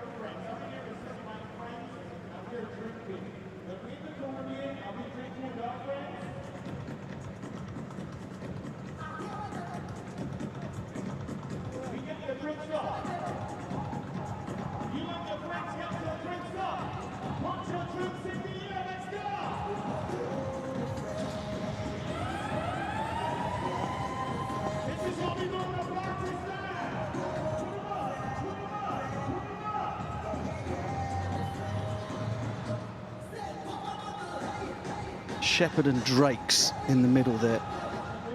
Two of the less experienced bowlers went the journey just around the power play, just outside of the power play. Jason Holder has been towering once again, physically and metaphorically. 1 for 3 from his 2 overs, and he'll bowl the 18th and the 20th from the Malcolm Marshall end. He's going to come over the wicket as Jason Holder, and he bowls well at the death because he bowls it into the surface, takes pace off the ball and bowls into the surface. Wide, and third man is up inside the circle. And again, an indication of just how slow the ball is reacting off this pitch, as that ball flew over the top but didn't have enough pace to get down to a relative short boundary down there at third man. Yeah, but the plan is clear. Bowl the ball wider to Moeen Ali. He's very strong when the ball is straight, obviously with that very small leg side boundary for him. But also, Jason Holder has been very good this series. In the power play, he's picked up 3 wickets at the current rate of 4. Let's see how he finishes off this innings. It's gone high. Just has the legs on it, yeah. Into the England fans here. The southern end of the ground. Moeen Ali has found the length. And this is what I was worried about, Kemar, just 5 minutes ago, that the West Indies at the death would go that little bit fuller and go a little bit wider. They've hit the surface and it's been difficult to time. That was width, that was full, that was wide. Didn't quite nail line or length. Give Moeen Ali a chance to get his hands free. Yes, might not have timed it as well. The way these guys hit it with the modern day bats. Comfortable over the boundary.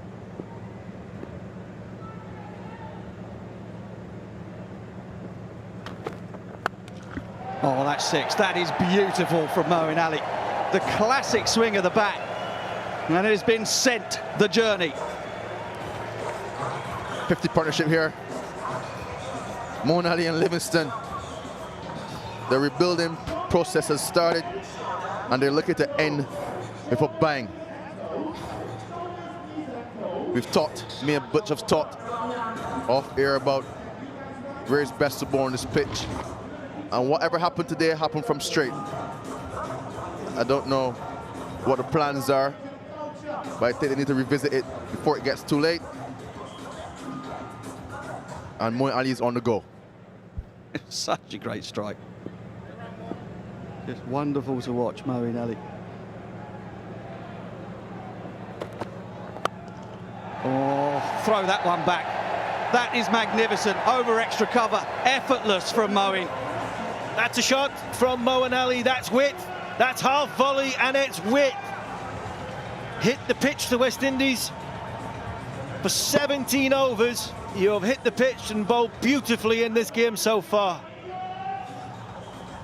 Length's wrong in this over so far, and Moeen Ali's got a chance to get his hands free. You give somebody a chance of Moeen Ali's class to get his hands free, give him a little bit of a confidence boost, and he will take it with both hands.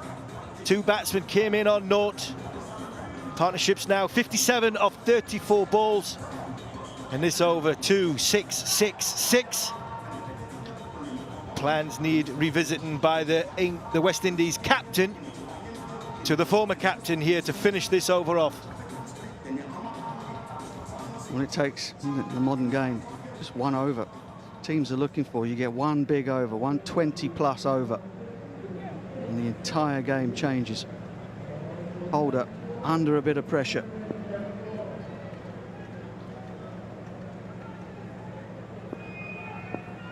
Three men back on the leg side fence. Is he going to go wide again?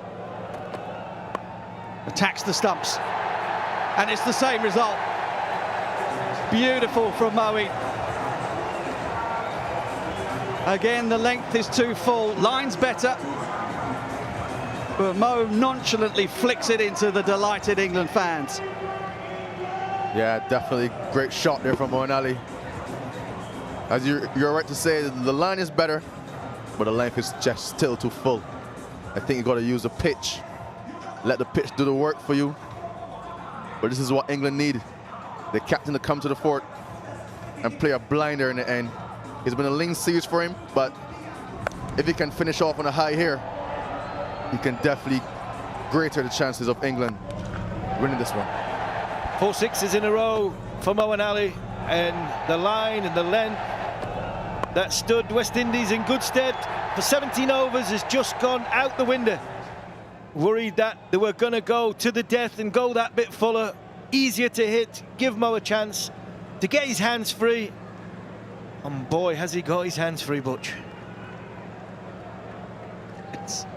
Yeah, the plan's gone out the window, and the ball's disappeared out the window as well.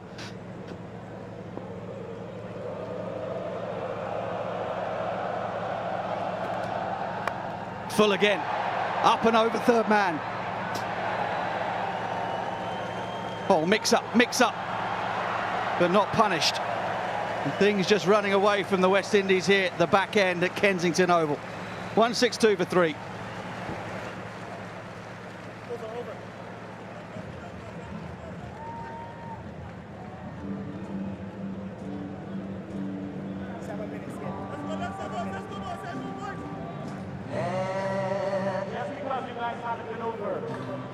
I'm going to be a fair DJ to you. Not over you up to you, England. I want you to sing that over for me.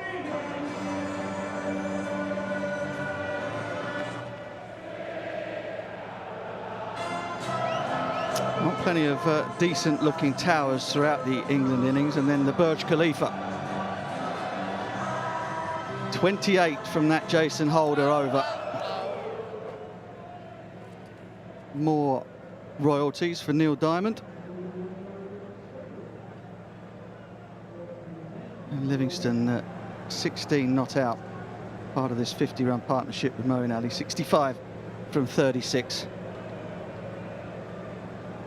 And Mario Shepherd with the unenviable task of bowling at Livingston in the 19th over.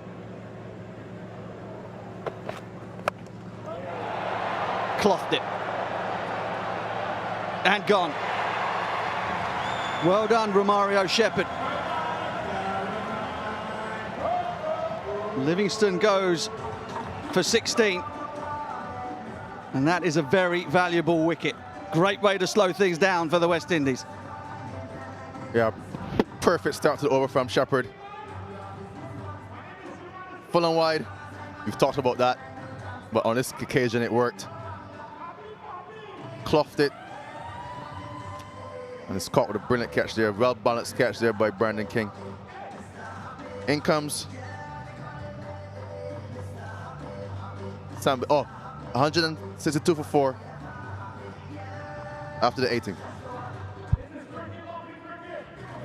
Okay, Sam Billings back in the England team. It's quite extraordinary, Steve Harmison, that after that incredible trip from Hobart out here to the West Indies, that Sam Billings played both matches at the weekend. Here's the end of Liam Livingston. He wanted to hit that ball over the short boundary, but Shepherd was wise to it, and he rather scunged it up in the air. Catch was taken by Brandon King. But Billings then didn't play Wednesday because he was exhausted, which surprised nobody here. Yeah, no great surprise that he didn't play. We thought that his first game was going to be Wednesday and not the game that he missed out. Literally took every mode of transport and done some air miles to get to the Caribbean.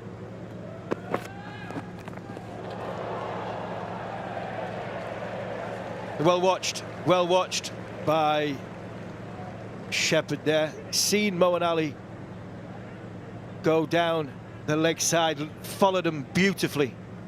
See, he goes early, sees the bowler. That's a fantastic take by Nicholas Pooran down the leg side, because that could have cost them 5 runs. Yeah, good from Pooran. Taking over the gloves from Shea Hope. Been left out for Carl Myers.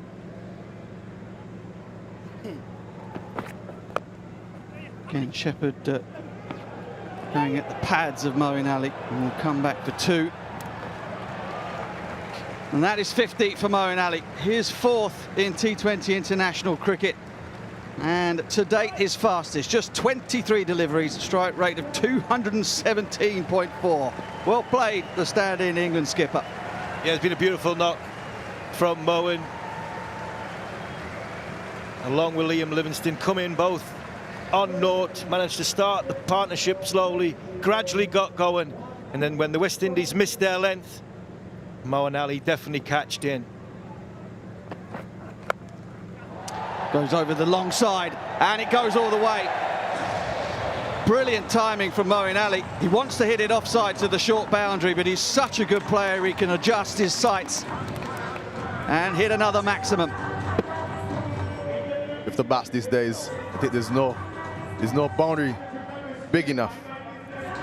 That's going to the breeze, over to the scoreboard side. Good flick of the wrist, and over the fielder at deep square leg. Serious shot.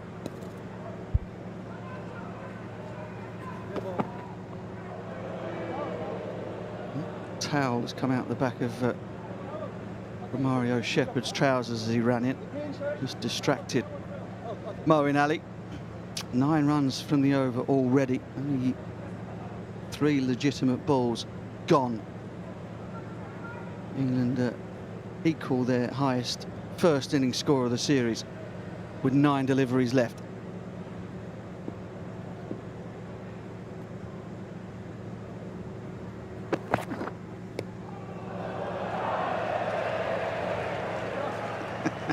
There's been a little bit of inconsistency with the wide calls from that end this evening.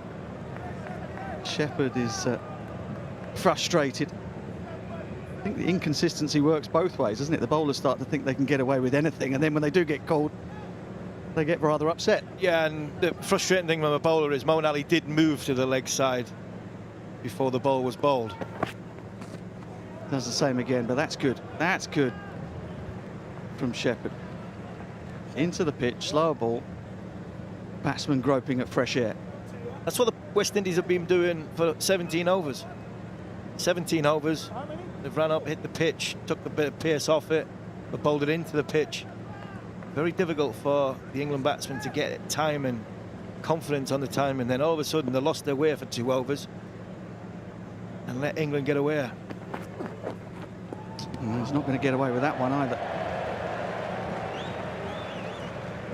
Still 2 balls left of the over. Yeah, it's a clear plan here from Maurice Shepherd. Try to force Moeen Ali to hit the ball to the big side of the field, but he just hasn't been getting it right in terms of line.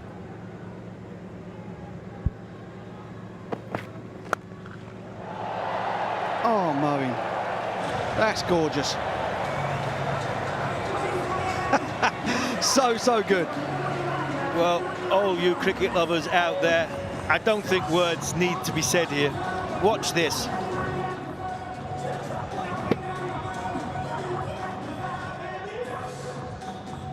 Simply fantastic by the stand-in England skipper.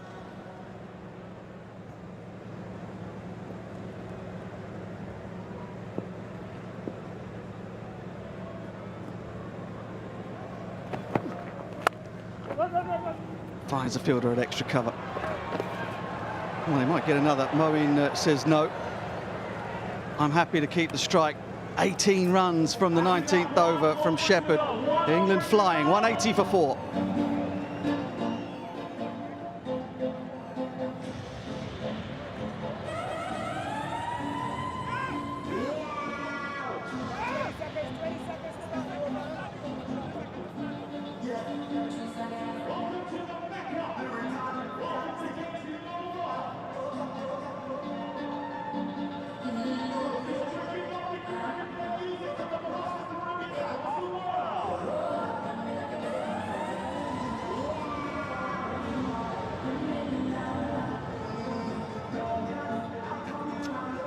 Wow, 47 runs from the last 2 overs. Jason Holder, it will be to close things out.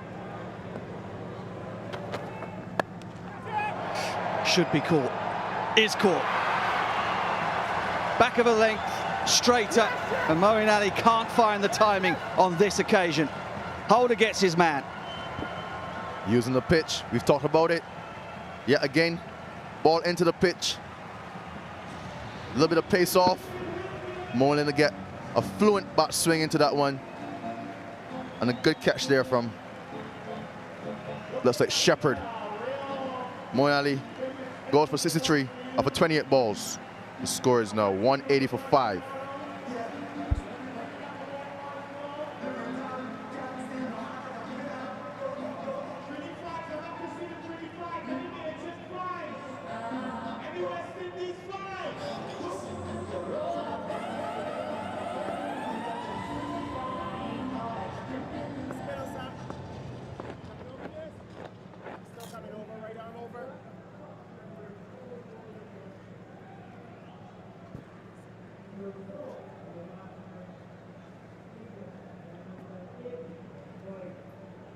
Phil Salt, whose debut went extremely well. 50 and 22 deliveries, not on strike.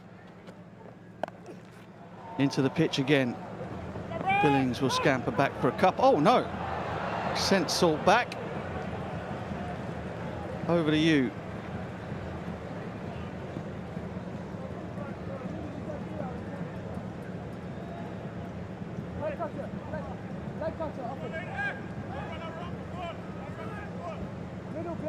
Better length from Jason Holder. He sees Moeen Ali go early. Just drags his length back, but drags his fingers over the seam to get the ball to stand up, just to sit up. Not being able, Moeen Ali, to time it perfectly. Good catch down there in the deep. Better from the West Indian bowlers. And he goes 4, and that's come almost off the back of the bat. And isn't that just the game of cricket? Hero one night, 0 the next for Phil Salt. Unlucky. Full ball on the leg stump. Trying to tuck it onto the leg side. Leading edge. Into the air. Oh, caught. Quite unfortunate. Phil Salt goes for 0. Only one ball faced. Score is 181 for 6.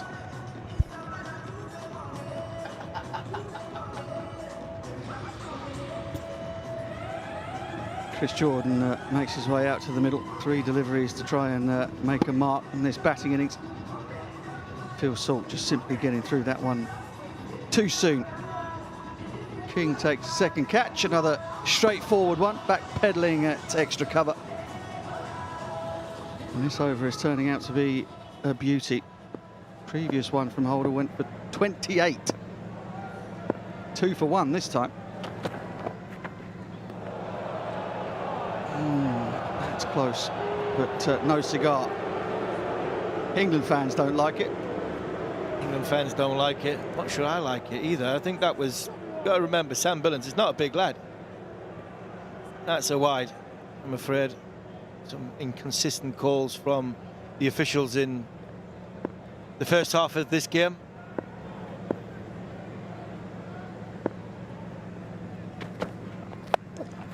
Billings to the long side. Oh, it's got all of it. He's got all of it. Bounces off the scoreboard. And it's yet another 6 for England. I told you about these bats. There's no ground big enough for these lads in these days.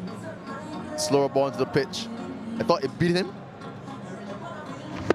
But hands to the ball. 81 meters onto the scoreboard. Good shot.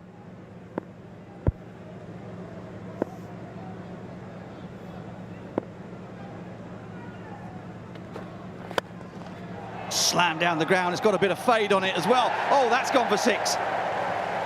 What a finish for Sam Billings. He's certainly had a bit of sleep over the last couple of days. England finish off with a bang. 193 for 6 posted. West Indies will need 194 to clinch the series.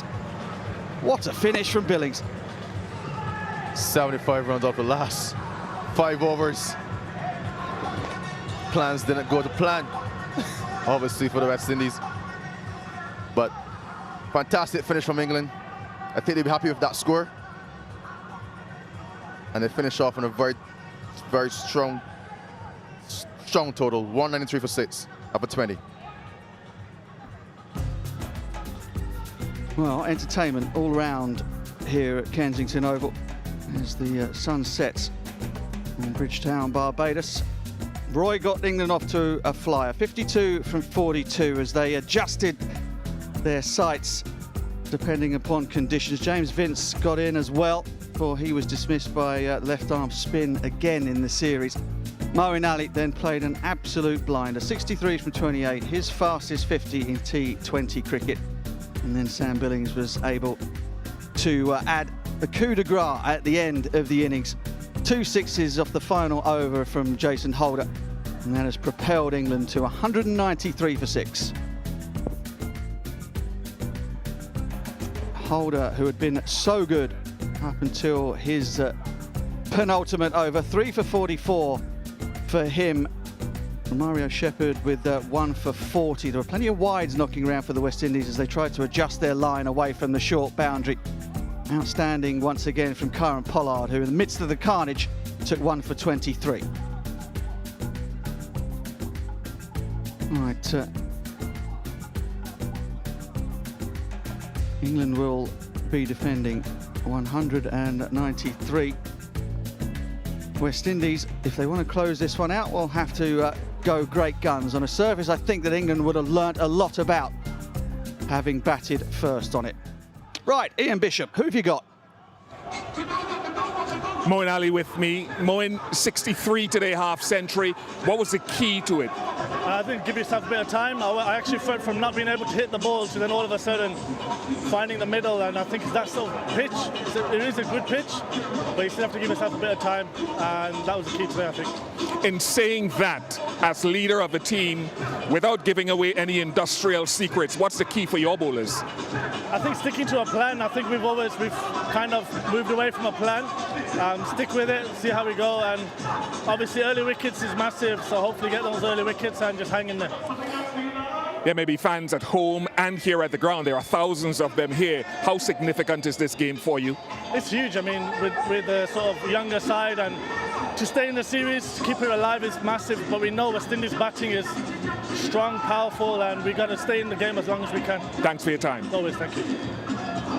Thanks to Ian Bishop and Moeen Ali. No secrets given away there from the poker-faced Moeen. West Indies require 194 runs to win and to take this Betway series 3-1. England will be trying to stop them. Don't go away.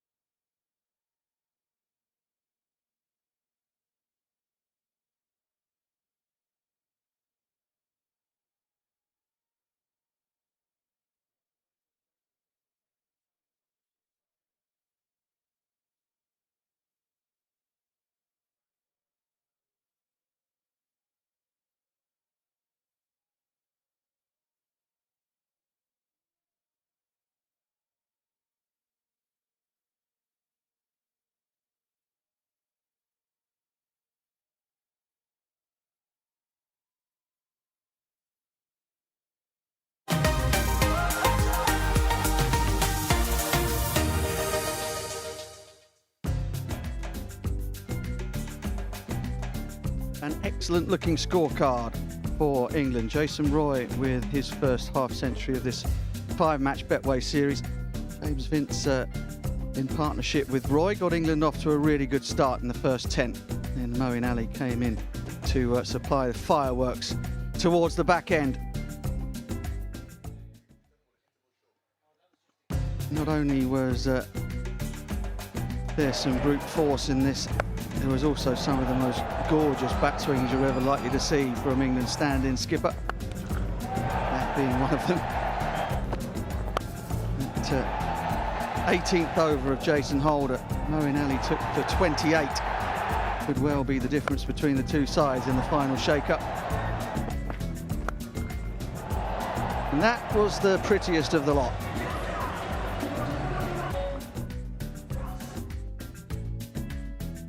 Bowling figures, tough night, another tough night for the bowlers. Although I think you'd probably take your cue from the two at the bottom of that list. Keel Hussain left arm spin with 1 for 23, and Kieran Pollard taking all the pace off the ball, bowling straight at the stumps, finished up with the excellent figures of 1 for 23 from 4.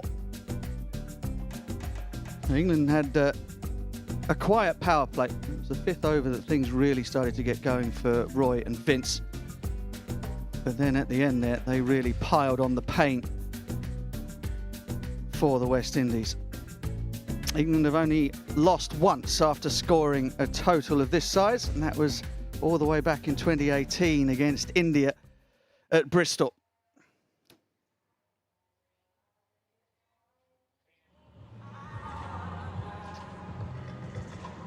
Carl Myers will take the field with Brandon King, West Indies openers. Be hoping to get their team off to a flyer. Myers in the side instead of Shea Hope. And that rate of 9.7 runs per over is a daunting task from the off. And England and Moeen Ali will be hoping that they can pick up early wickets in this power play and really apply some pressure, because if the West Indies manage to get themselves within striking distance, we know that they have got players in that lineup that are very capable of hitting large scores off sets of 6 deliveries.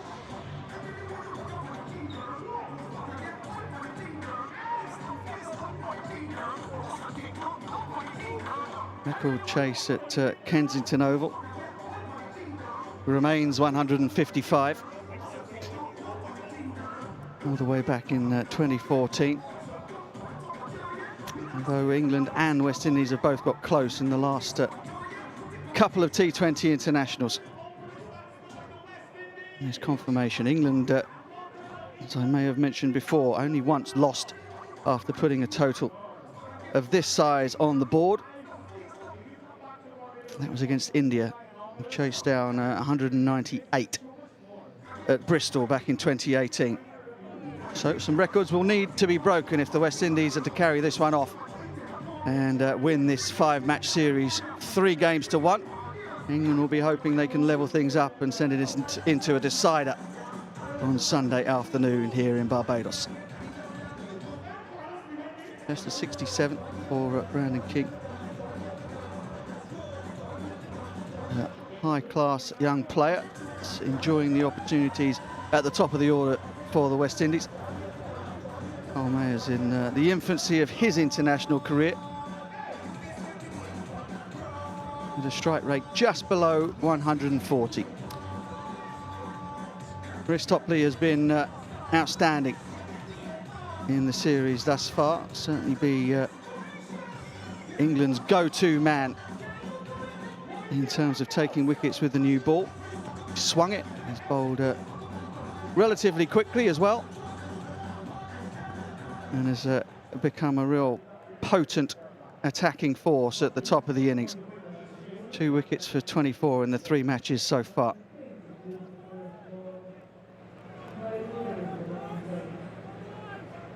Towering Topley will start from the Joel Garner end.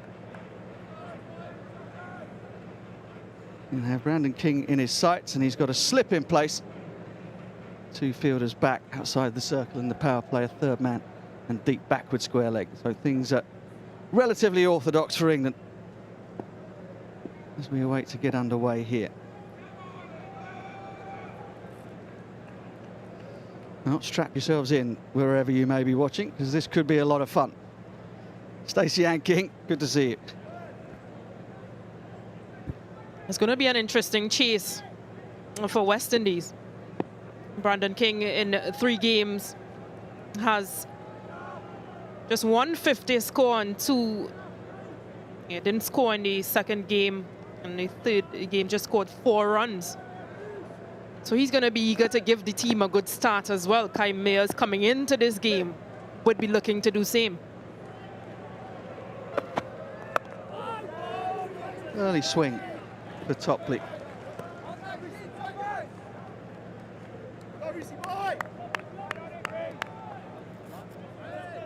Yeah, left arm seamer, of course, will get that ball to nip back in. And we've seen a bit of movement early for West Indies during their bowling innings. So it's going to be expected that it's going to be returned. Topley looks to go full, overcooks it, gets drilled down the ground for 4. Yeah, but if you miss your length and you overpitch, you will go for runs, especially with the restrictions bowling in the power play. Yeah, Topley looking for that movement.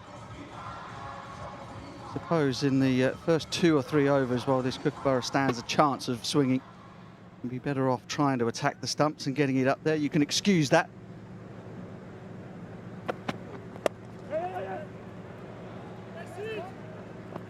A similar ball, similar result, but just a single this time around.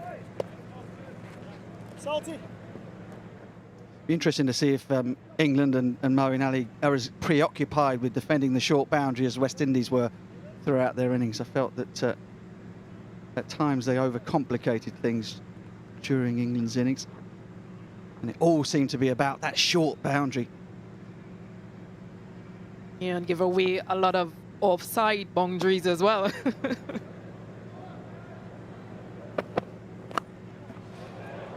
Edged, but wide of the slip. And again, Topley just finding a little bit of something in the air. Yeah, this was the previous ball. Just getting a healthy edge, Kyle Mayers, but gets off the mark. The local boy will be hoping to do well tonight. Sure, his family is somewhere looking on. Say, local boy, say, where in England was he born? Just 95% of the fans, it looks like, are from the UK.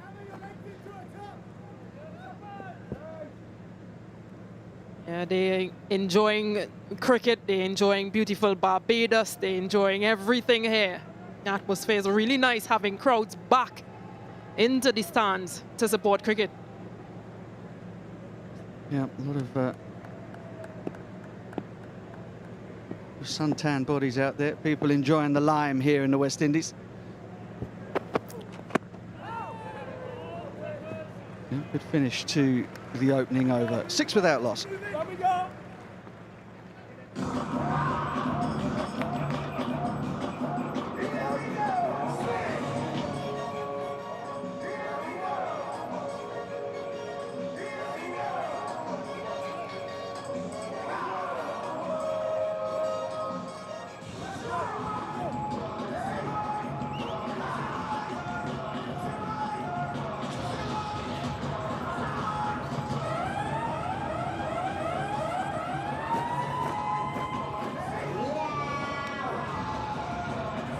Half centuries for Moeen Ali and Jason Roy. Moeen making his fastest 50 for England in T20 cricket.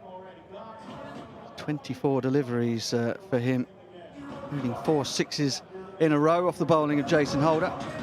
And Moeen obviously feeling it because he's going to open the bowling. England have plenty of options in terms of turning the bowl away from the bat of right and left-handers.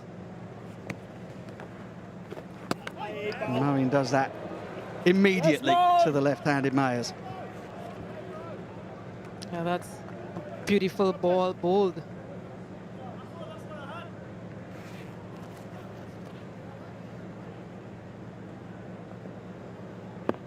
Yeah, look at where Mayers' foot. I think he may need to get a bit closer. Well, there's the first. West Indies are going to chase this down. There'll need to be a few more of those. And there are a few teams more adept at hitting them than the West Indies. Yeah, just shorter in length, Moeen Ali, but Kyle Mayers gets under this one, and of course that short boundary that has been emphasized. Being in power play as well. Hold! Hold, Mo! William, Mo!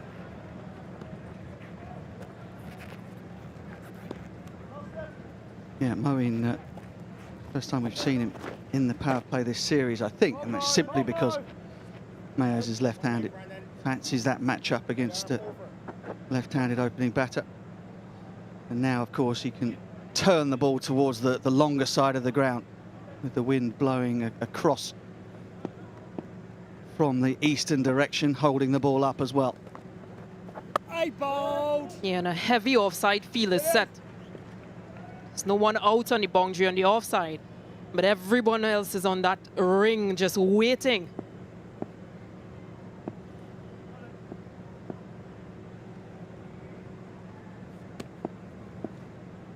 England happy to concede a single on the offside. Fielders all back on the edge of the 30-yard circle. Yeah, 2 was initially the call because that's the big side of the boundary that the ball was played into. But fielder came off so quickly, you could only restrict them to 1.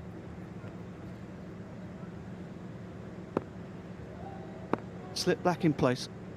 Long off, mid-wicket back. Mo, brilliant, Mo. Bit of length to finish the over from Moeen Ali. And the second over goes for 8. It's 14 without loss.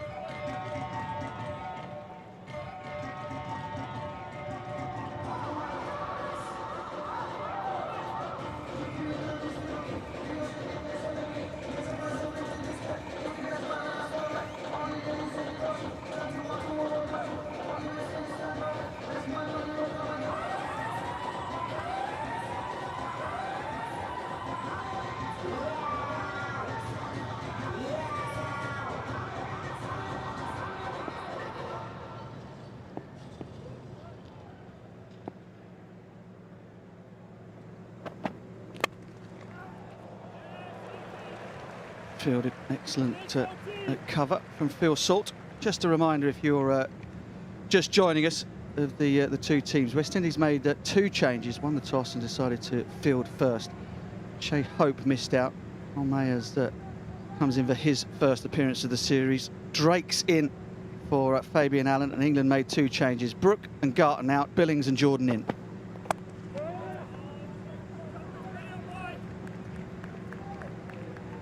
Yeah, good single. I think it's important for West Indies to keep rotating the strike during this time. Yes, get boundaries because it's power play, but still not lose many wickets, but still rotate the strike.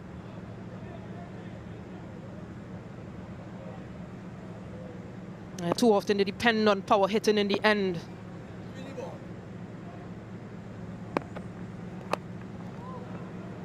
Good length from Topley. Now that ball has stopped moving laterally, to try and hit the top of off stump, bowl straight, hit the top of the stumps. Don't allow the batters room to free the arms up on this slowish surface.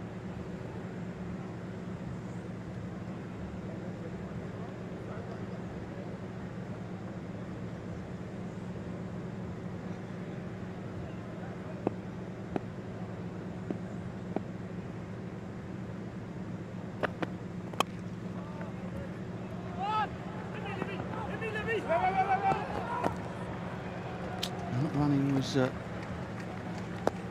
little less than urgent. Yeah, just a little bubble from the fielder. The original call was 2, but just restricted to 1.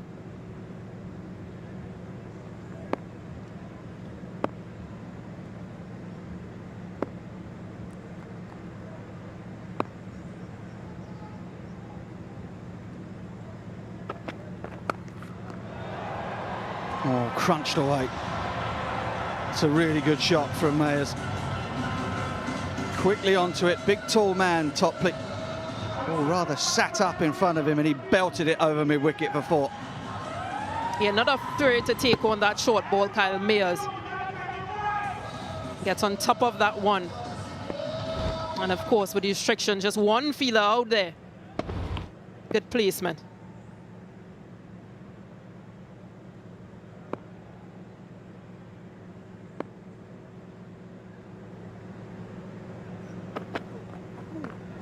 Tries him a second time, and it's a good one from Topley.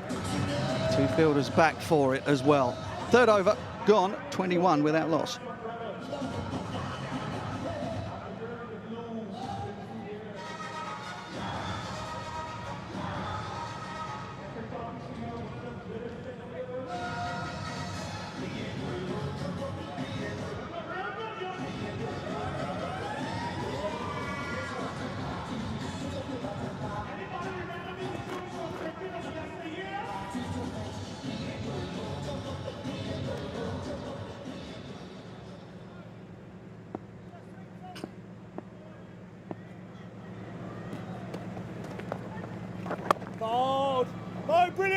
Moen decides to give himself a second. Left-hander still there, Kyle Mayers still there, and of course we talk about those matchups. Only went for 8 in his first over. But again, just trying to keep pressure and possibly create chances of a wicket within this power play. A slip comes into play.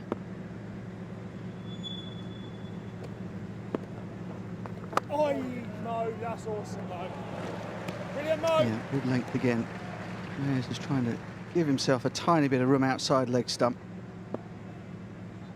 Field is up on that offside. Moeen Ali is trying to restrict him from being able to release those arms. He doesn't get a hold of that one, Kyle Mayers, but seems to just be happy to play what he sees and back himself and play whatever shots he feels like.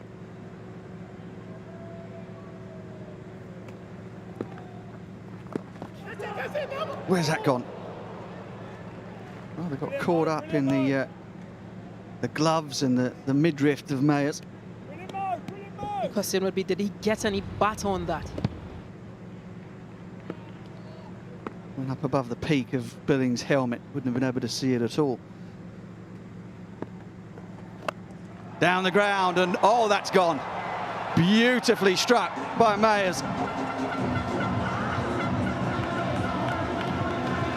Yeah, they're totally enjoying that shot from Kyle Mayers. But what I like is that he's covered, that he's come down and cover his off stump. That's a massive hit. Just coming down in line with the ball. It's really good from him. Yeah, lovely little drop kick against the spin over long on. Does he go again? I mean, Ali will certainly be hoping so.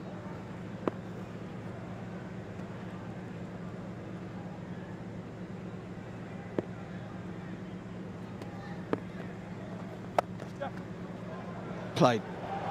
Terrific footwork from Mayers.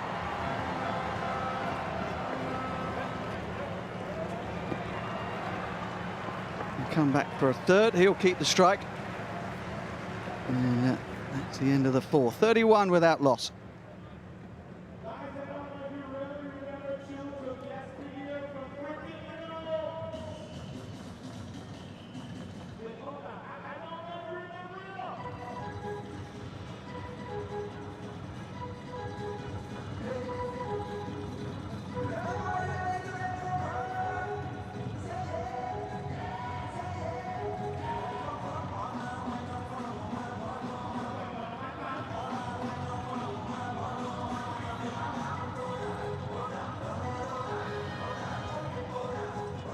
West Indies off to something of a flyer. The required rate has actually gone up from the start, however. Above 10 runs and over required from here on in. He'll be very happy not to have lost a wicket in the power play so far. Tamar Mills replaces Reece Topley.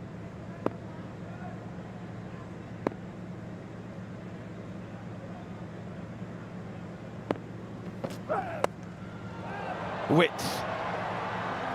And as we saw with the West Indies, anything wide of the stumps gets punished here on this track at Kensington Oval.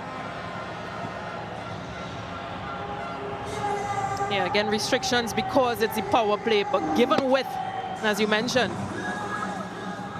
it just clears that in a circle and ball runs away to that short boundary, 4 runs.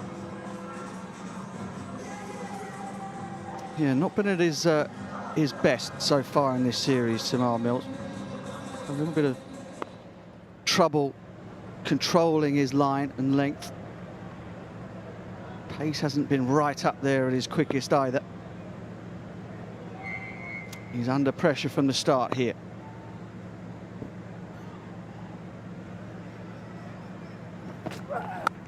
Wide again, and that's gone all the way.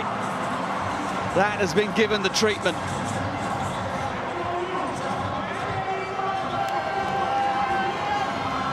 As if to repeat and correct where he went wrong. He got 4 of the previous ball, cutting high and hard. 6 runs. It's a bad ball, it really is. Mills and England would have sat there and watched their own batters go out there, seen the length and the line that was punished while they were batting. Mills knows it. He doesn't need to be told.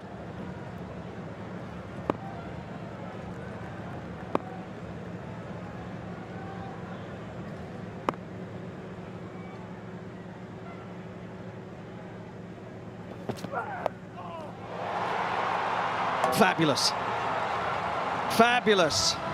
Mayers knew he was going to go straight. He wasn't going to bowl another wide one. He's motoring now. Yeah, risky, but rewarded. And just makes room, Kyle Mayers, and plays this one onto the leg. And fine leg had no chance of getting there. And what a start Mills is having. Got to go pace off. Jamal Mills, the slower ball, the back of the hand slower the ball has served him well in domestic cricket. At the moment he's been pace on, 3 deliveries, has gone 4-6-6.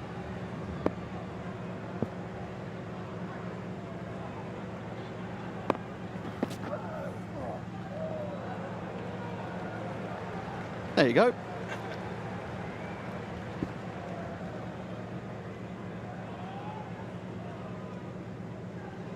Yeah, clearly a slower ball.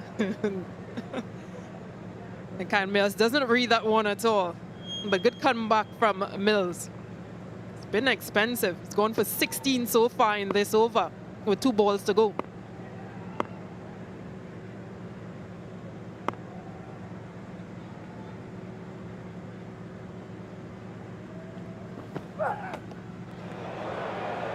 Good bumper. Does have that in his armoury, of course.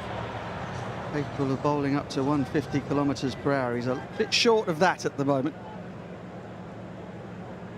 Do feel for the bowlers in this format. It's so important that you start well, isn't it? And up and bowled a short wide one first ball, and immediately you're under the pump. Yeah, it's good to see him come back with tighter lines, much straighter lines, and not giving any room for cut shots or pull shots.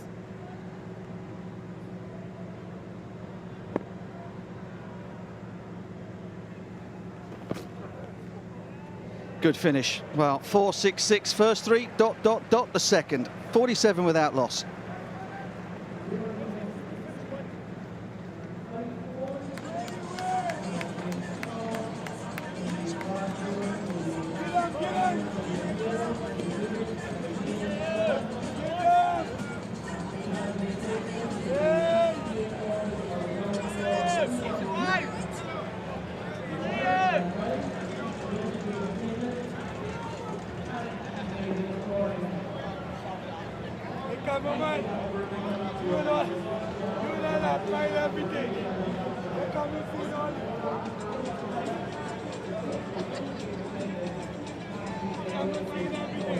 Quite beautiful, really.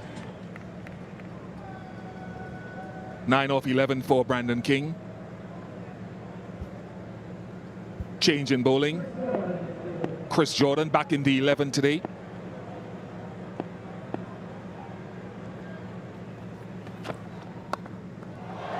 And like Mills, he starts with a short and wide, and the result is very similar to what Mayers did. Well, it's the length that the England bowlers want to be hitting, but unfortunately it's too wide, far too wide. From Chris Jordan, again, new bowler, not quite hitting his straps from the very first ball. Hit the pitch hard, but it's got to be a lot tighter to the batsman. 50 came up in that last boundary.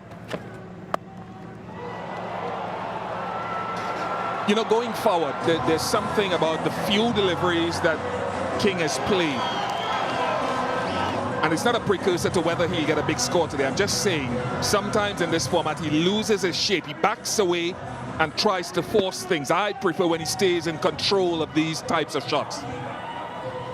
100% Bish. That's a fantastic cricket shot. That's not a bad ball. You want it a little bit tighter to off stump, but that's not too bad. That's a very, very fine cricket shot.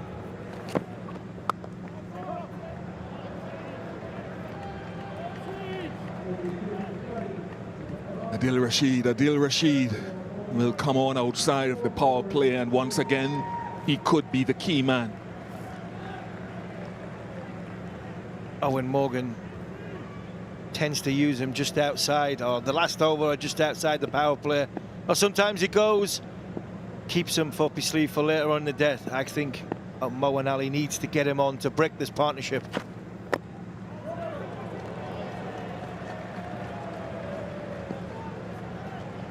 That perhaps could have been a run there, actually.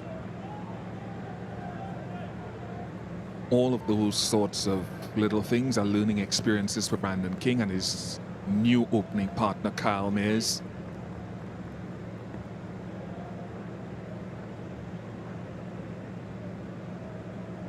Love this series, though, that teams aren't just backloading their batting, they're front-loading, trying to capitalize on the power play. West Indies' best power play of the series. That's good. That's what they're trying to incorporate, Steve, into their game. Not just sit and rely on boundaries, but scoring off more balls however they do it. That's the beauty, especially if you've got a left and right hand combination. By being able to rotate the strike, that either there was always somebody who has a little bit more confidence than the other player. And I think that's the beauty about good opening partnerships. Roy and Bairstow do it very, very well in the 50-over format. Just saw another Bajan there. Only joking, only teasing England.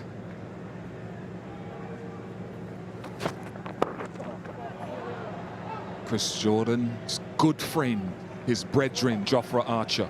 56 without loss, power play complete.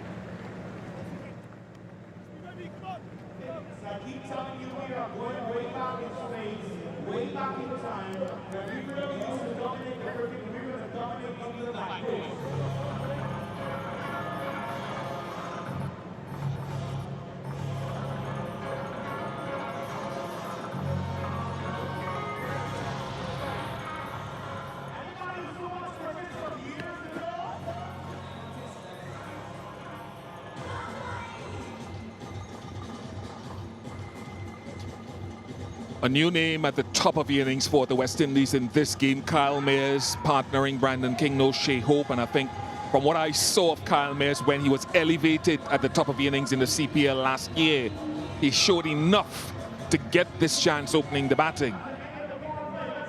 Uh-oh, here he is.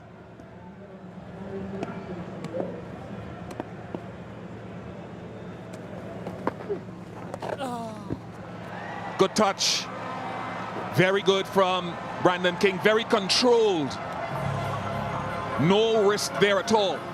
No, he didn't have to hit this too hard. He knew, Brandon King, that the ball's going down leg side. All he had to do was just help it on its way around the corner. And again, an England bowler starts with a boundary off the first ball. Again, it was the one out of the front of the hand. Every spell he starts there. And then it's almost like if I want to land, try to land the first one without trying to impart too much deviation on it. This is the last ball, leg spinner. But the first one was out of the front of the hand, and teams are watching for this.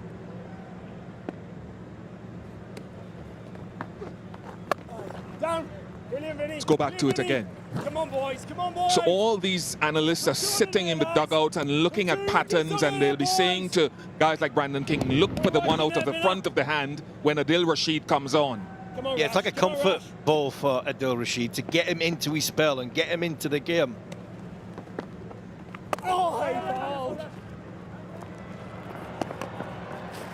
Good run. Yeah, good run, and then good bowling. Googly. And back into off stump. I don't think Brandon King picked this at all. Sam Billings' reaction there tells you that it was well executed googly. This is the matchup for me, though. This is the boy that England need to remove.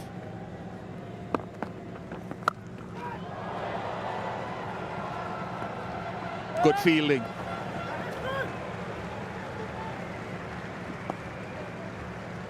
James Binns, I think it is, has left a huge divot. Always makes me cringe, this. Always makes me cringe. Whenever I see this, players diving in the deep. One of my best mates in the game in Brisbane, Simon Jones. Delicate shot there by Myers, but when you see the divot come up, it's always frightening. 63 off the 7.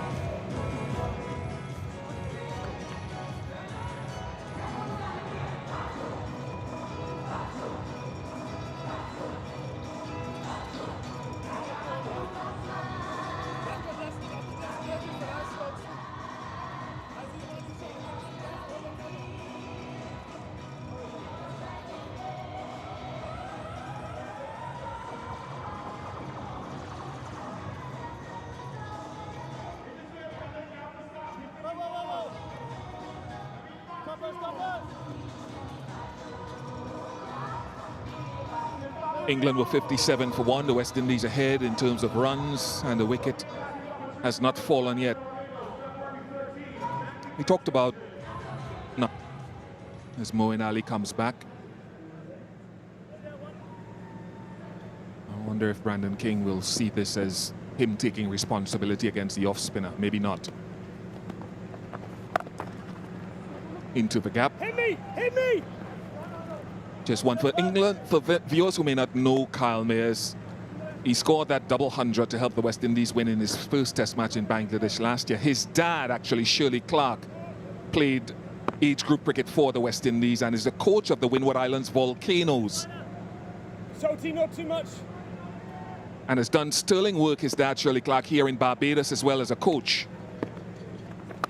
Catch. And so that's well held. And those sorts of little matchups, off spinner to left-handed batsman. Fine innings from Kyle Mayers comes to an end. Moeen Ali just held it back a touch. Just held it back a touch. Picking out England's, even though it did bounce a little bit out of Chris Jordan's fingers. Picking out Chris Jordan, England's best fielder. A good innings by Mayers goes for 40. The West Indies are 64 for 1.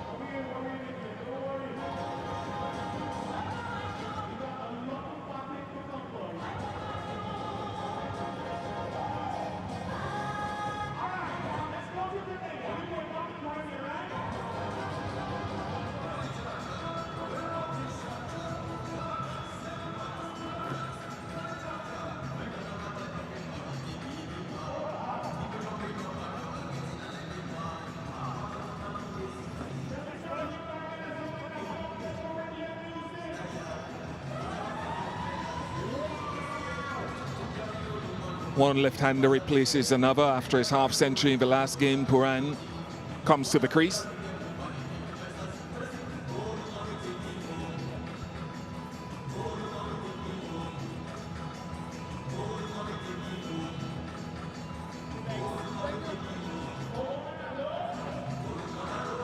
Yeah, Moeen Ali just held it back a touch, and it wasn't a big flourish of the bat.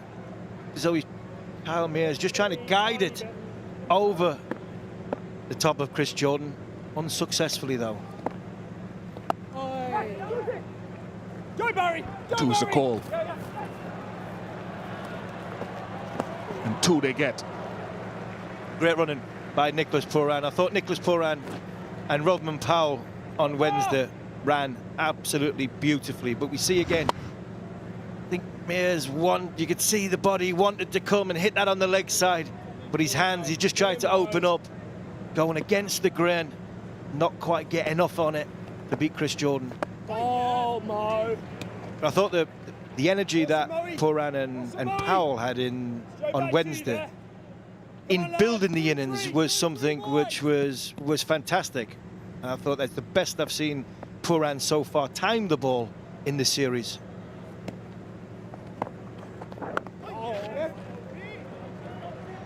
I thought in the series he's made numbers. He's got off the starts. He got a not out in the first match, 24 in the second. But I thought that he was more fluid. I thought his batting was looked as though his rhythm, he was in sync.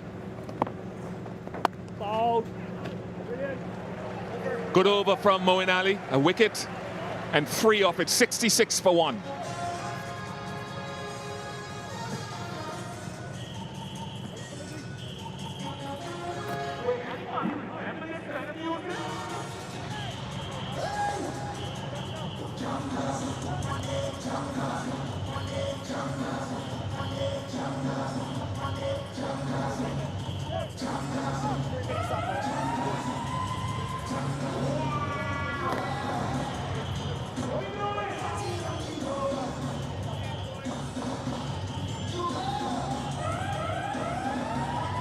Half centuries for Moeen Ali and Jason Roy. Just talking to Moeen at the halfway mark, I could see a level of focus and determination in his eyes. He wants this game badly. Rush, awesome rush. Good batting. There was a little change of mind there from Moeen Ali, because Liam Livingstone looked as though he was going to come on to bowl. And then right at the last minute, Moeen Ali changed his mind and got Adil Rashid back into the attack. And I think because he's wanting Rashid to bowl, and look in that, try and put pressure on the West Indian batsmen by taking wickets. Come on, boys, and again, hey!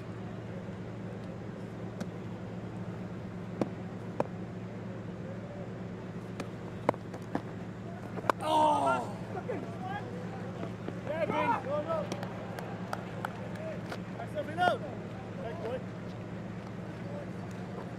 Brilliant rush, brilliant rush!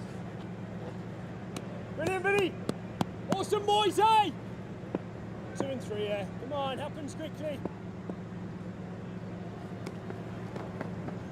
Oh, Rasha. Again, I don't think King has picked the Adil Rashid googly. Good pressure here from England, from the spin twins of Moeen Ali and Adil Rashid.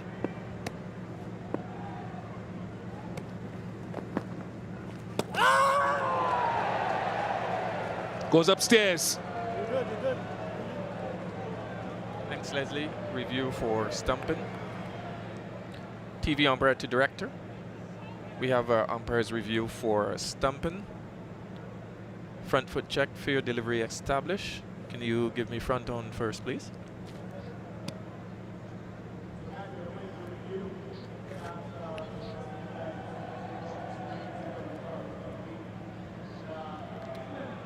Ball is pretty close to the bat. Can I get ultra edge just to confirm there is no bat involved?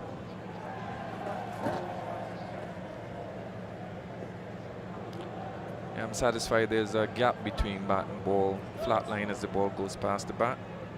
Can you give me your best side on shot now, please? Thank you. Some part of the foot grounded beyond the popping crease when the bails are broken. Ready to make my decision to the big screen. Decision is not out. I repeat, not out. Brilliant rush.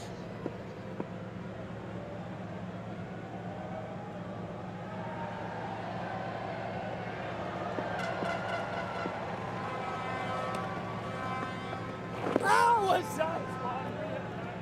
Excellent rush. Brandon King is absolutely bamboozled by Adil Rashid's googly. That's 3 googlies in a row now that West Indian batsman hasn't picked.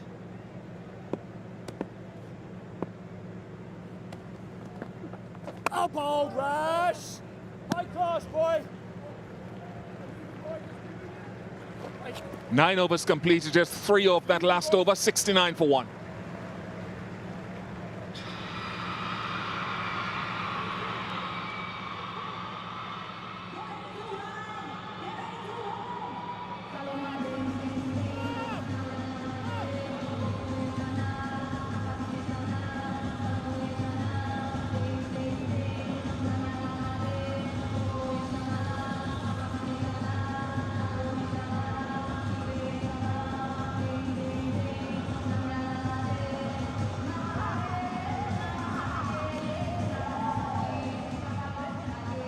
One more game to come after this, and that takes place here at Kensington Oval tomorrow. It's been a wonderful series. England batted well today for 193 for 6. Moeen Ali to continue. Still Liam Livingston's spin potentially available to them. Last 3 overs have been good. Just 14 runs, I think, off. Those 3, he hasn't hit it. Hasn't hit it at all. Very well held. Moeen Ali's doing it with bat and ball. Morgan smiles. One very happy captain off the field. It's been fantastic by the stand-in skipper, not just with the bat, but with the ball. Pressure that Rashid and Ali have put on to Brandon King and Nicholas Pooran. The experience that they've shown, something had to give. And unfortunately for Brandon King, not executed the shot that the way he wanted. And he has to go. 26 off 27 balls, the West Indies, 69 for 2. Time for the Blue Waters drinks break.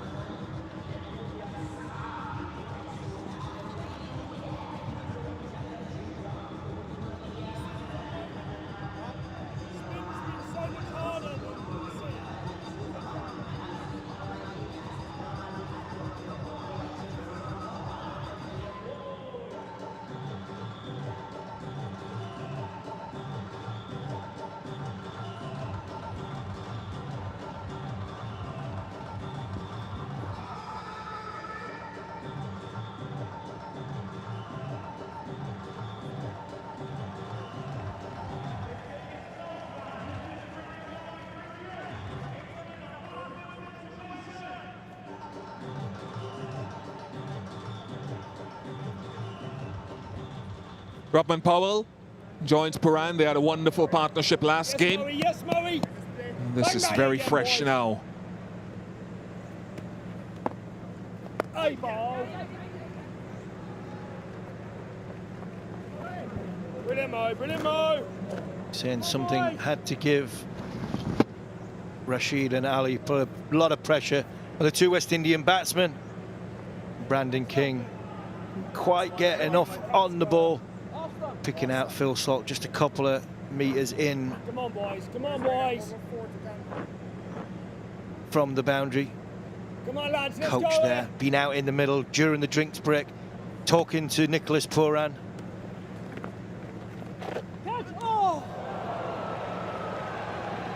Jordan went the wrong direction. He went to his left. And the ball went to his right. Whether it's off the bat, time will tell. Yes, runs given. Yeah, runs given. Not sure Moeen Ali's convinced that this did. I think it was more off the thigh pad. Chris Jordan's just tried to anticipate. Going to his left. Great footwork by James Vincent. Good teamwork by Chris Jordan to go down and work together to save that single, save that 1 run for England.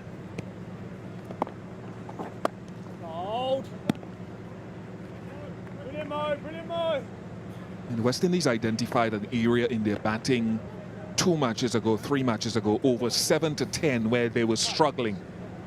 They overcame it very well in the last game. Today, it's just sort of nudged back there with 2 wickets falling.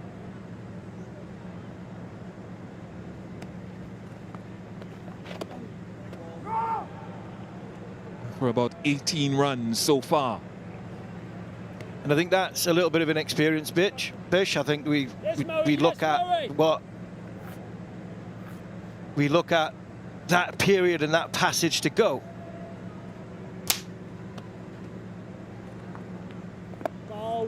I'm gone. I'm gone. I'm totally gone. I expected much better from you, Steve Harmison. I've been called a lot of things. My goodness.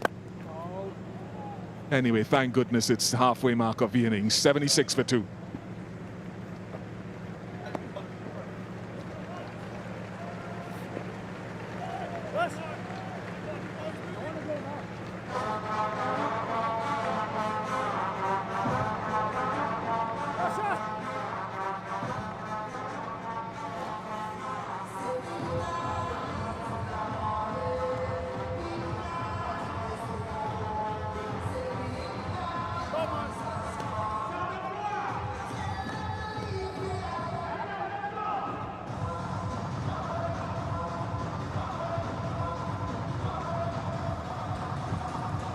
Well, interesting stage of the game now.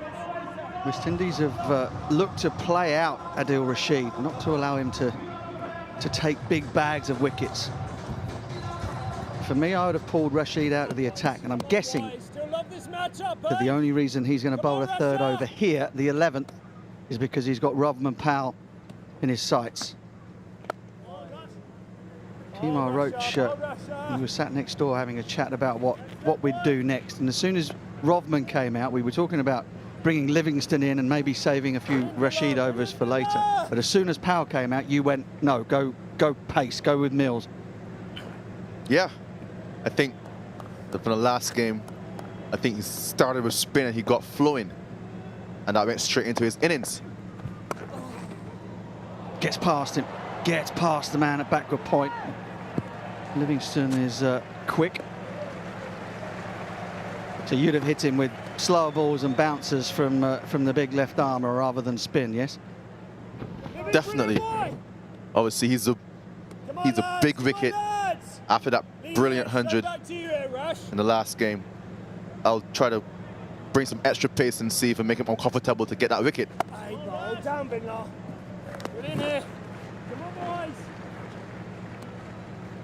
West Indies will be in a position where they know that, provided they get through this over, Rashid has only got one set of 6 left, 1 over left. Oh, he's knocked him over. Spin did the trick. Adil Rashid, that is an absolute ripper. Adil Rashid again. Obviously, West Indies' troubles of wrist spin in the middle overs is evident here. Googly, full of length, fantastic delivery. Through the gate, deceived Rovman Powell. It's a fantastic ball.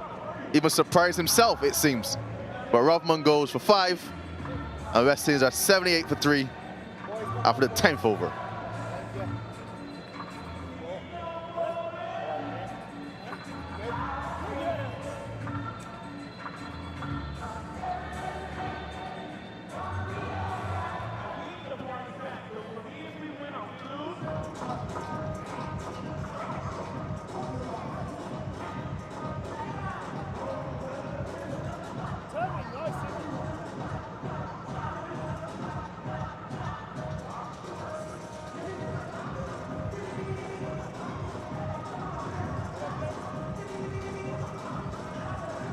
Not Jason Holder strides to the crease. West Indies continuing to ring the changes in their batting order, and England have got rid of the danger man. Completely deceived by the googly. Superb from Rashid. He is England's trump card against the West Indies, that's for sure.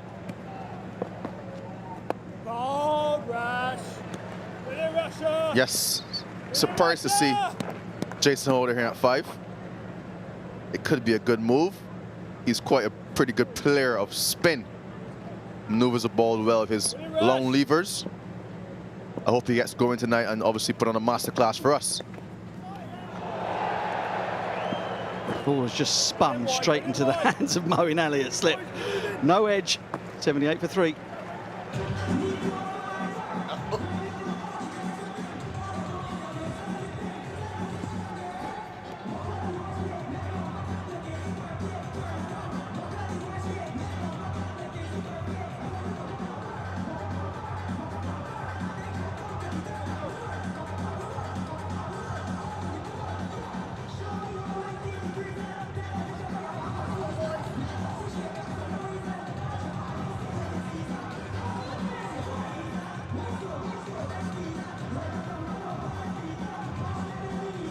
Where we are, West Indies need 116 more to win, just 54 deliveries. The required rate is up above 2 a ball now, almost at 13 and over.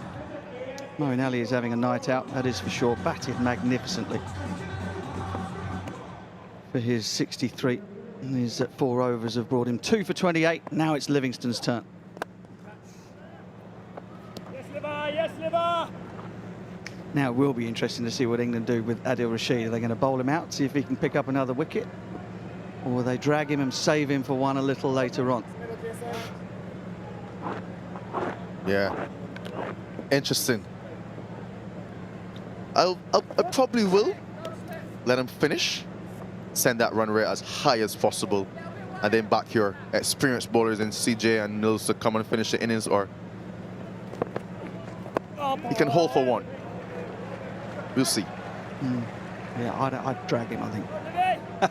I want that guy in the game around 15th, 16th over when the bats are flying. West Indies will be happy to see him out of the attack. The ball is spinning. I thought it would. The pitch is 6 days old. And it was very, very dry. And England have all of these spin options, all of whom give it a rip.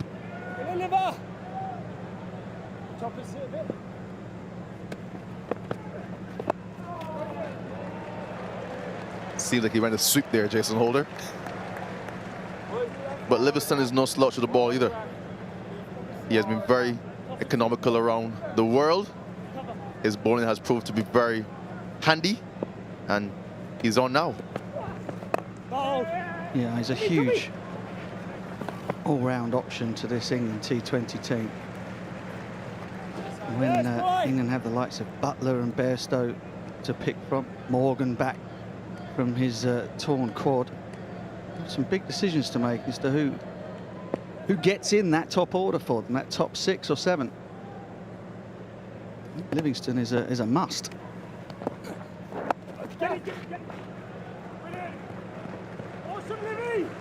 Excellent set, excellent over from Livingston. 81 for 3.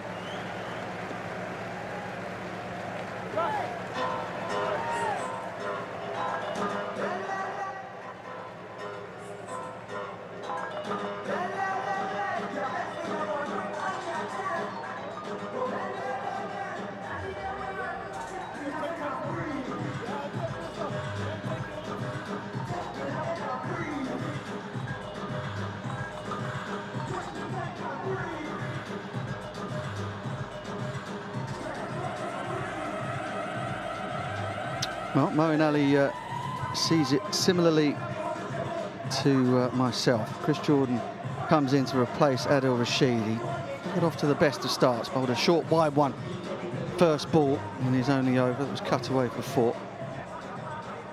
The rate now is up above 14 runs per over. West Indies have just run into a brick wall. They haven't hit a boundary since the 7th.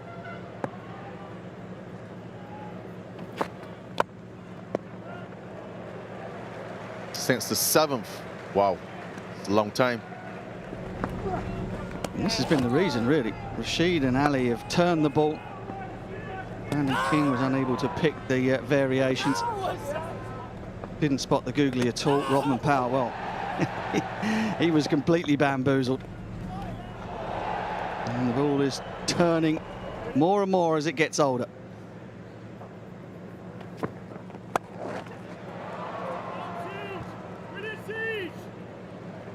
Yeah, it was a fantastic 3 overs there from Rashid. He definitely brought England back into the game after a pretty solid start from the West Indies. I thought Mears Started well with Brandon King.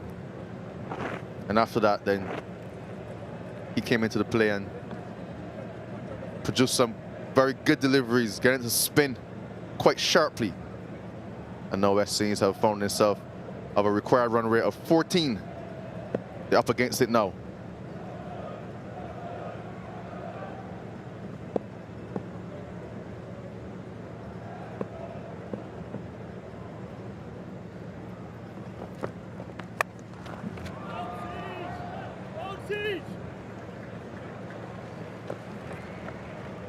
Definitely gone to pace off here, Chris Jordan, in his second spell. It certainly was the way to go. Karen Pollard bowled superbly, 1 for 23 from 4 overs from West Indian skipper, and hardly bowled anything above 110 Ks.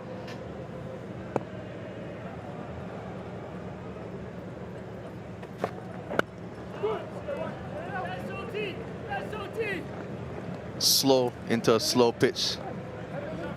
It's got to be difficult to hit. But England have also adjusted their plans. They've taken the pace off here from starting with CJ. I think they should have started that from the beginning of the innings. They had a chance to bat on a wicket, and I thought they would have picked up enough information coming into the second half, but they started a little bit poorly, but now they have to adjust and create new plans. Yorker for Jordan, that'll please him. The second one that's gone in the block hole in the over. Something that's deserted him a little in the recent past. Bang, hit that. I always think a Yorker is about confidence. So you need to ask Jordan how confident he is, how he's feeling in order to deliver that delivery.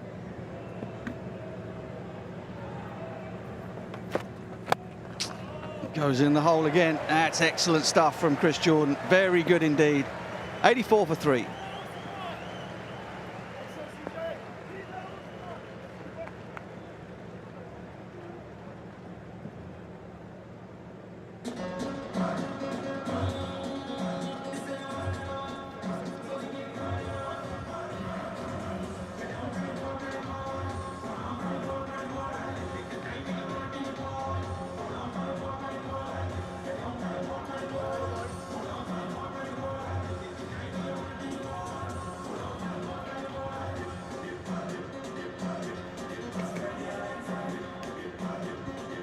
Well, the start from the West Indies was electric.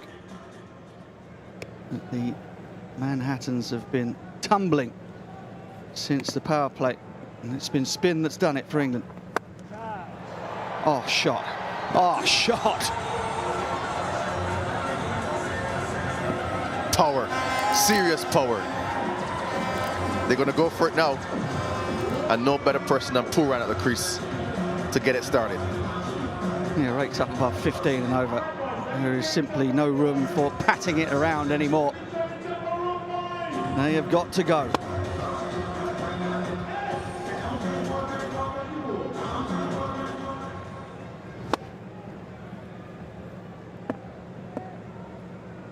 Not a bad ball, is it? Just caned. If any criticism, I would say just a little bit too short.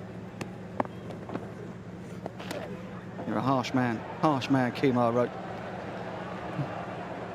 Slower and wider from Livingston. Just lost control of the line.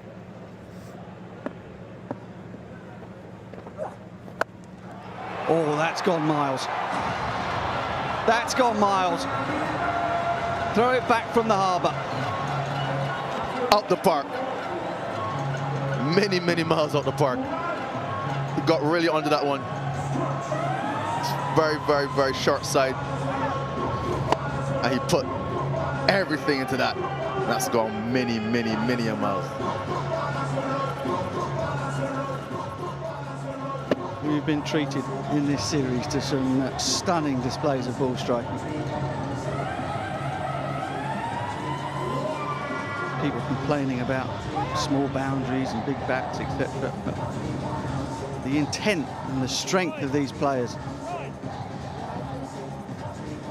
See these ridiculous distances the ball is getting hit right now.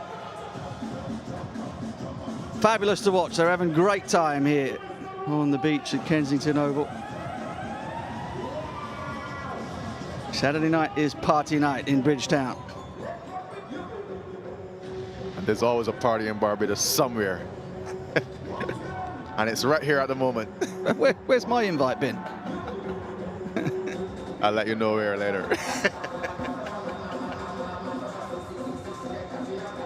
Nicholas Pooran has just had a little bit of treatment from the physio.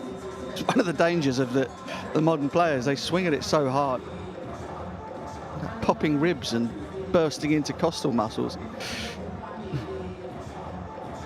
I think Liam Livingstone might have done just that actually last summer, in attempting to hit the ball off the UK. Did his back, I think, if memory serves me correctly.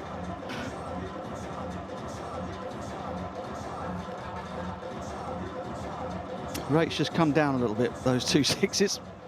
14.5.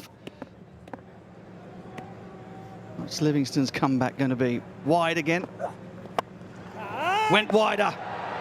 And gone. Jason Roy's safe hands down there at long on. Liam Livingstone has the last laugh, and so do the England fans. Pooran will be kicking himself. Thought he got pretty close to that one. Seemed like he didn't hit it as good as he wanted. Yeah, it just seems to go on the edge. Carry straight to Jason Roy. Good diving catch forward. And Livingstone is happy. That's a huge wicket. Pooran goes for 22. West Indies 97 for 4.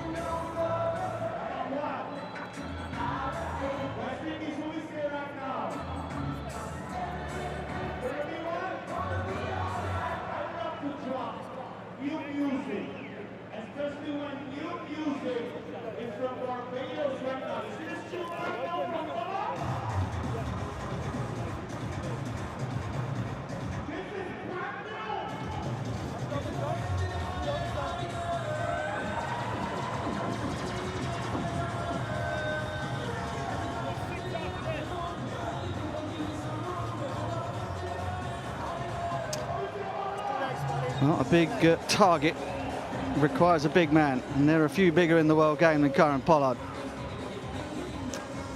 And he's out there because Liam Livingstone managed to entice Nicholas Pooran into one big hit too many. Little wider, little flatter. Pooran tried to drag it onto that shorter leg side and miscued it to a diving Jason Roy. Yeah, Liver. 2 and 2, one on here. Well, KP will hope his timing is improved by that big slab of gold on his wrist. Full toss. Not sure he'll get away with that, Liam Livingstone. It's have to be quite a high one to get above waist height on Curran Pollard. But no, he has got away with it. So here's the over so far. Pooran with that fabulous strike. That one was even better. And then the bowler strikes back. Spin.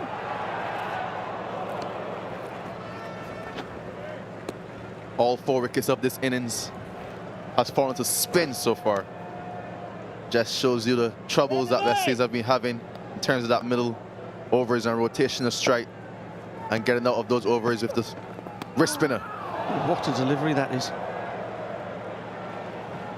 He'll run all the way down to the third man boundary for 4 byes. The 100 will come up for the West Indies. But that was a ripper. That's why it's been a problem for the West Indies facing spin. 103 for 4.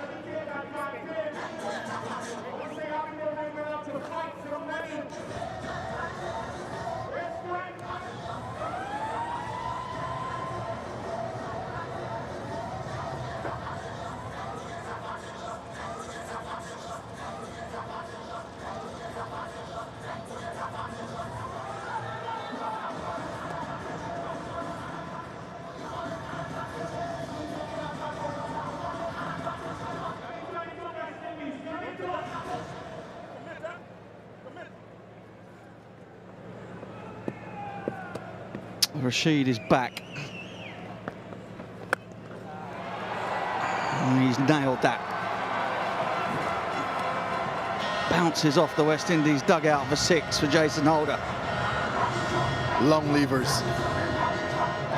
Down one knee. Swinging that one wide on the one. Good shot. He's a good player of spin. Be interested to see how he goes this over. Yeah, I don't think Adil Rashid will mind that. Give away a 6 for the wicket of Holder. A little flatter, a little quicker.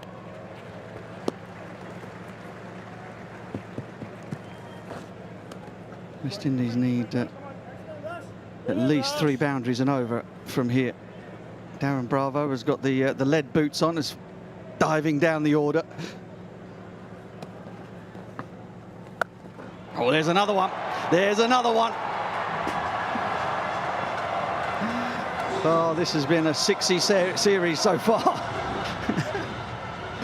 Small, short side. And Jason plays his favorite shot to the spin. Down one knee. He got really under that one. Good bats. Good bats, and that one flew over deep mid wicket.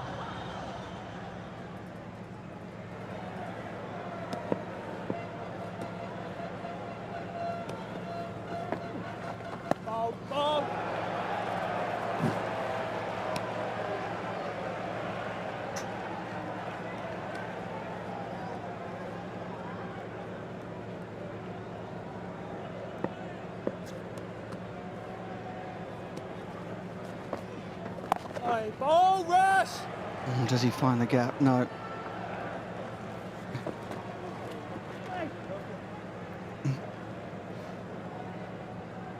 One, 2. 14 from the over. 2 deliveries left. Kieran Pollard will take strike. Thank you. Take his guard in that time-honoured fashion. Seeing Shiv Chanderpaul do that for the first time. Hard surfaces out there in the West Indies, difficult to sort of make a mark with the studs.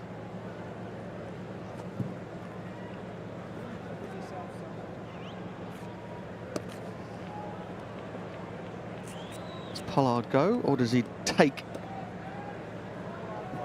whatever's on offer? See off Rashid.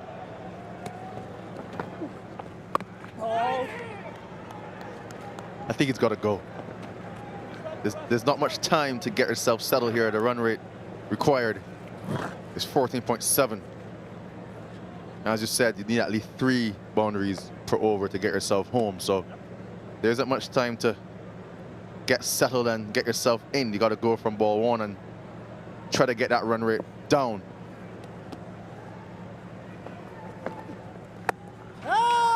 Cloths it.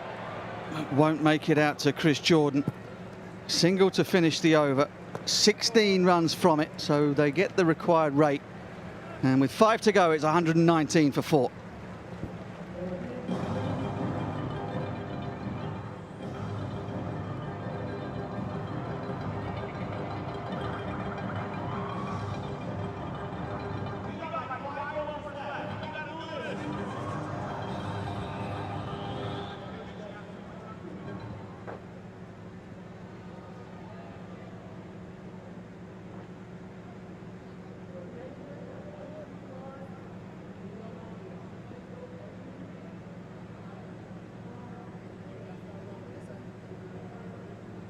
In the previous 2 matches, in the last 5 overs that England bowled, they conceded 71 and 72.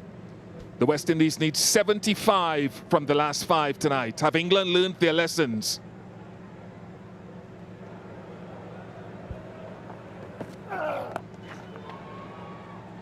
Just one off that. Alongside me are the extremely articulate Stacey Ann King and Steve Harmison. You haven't forgotten, Bish. You haven't forgotten. Do apologise to the big man. But I think what England do need to do is learn from what happened in the first half. Is that hard into length is work, does work. Pierce off it, but bowling it into the surface. And not going, if you're going to go full, you've got to nail your Yorker like Chris Jordan did. So good start by Mills in this over.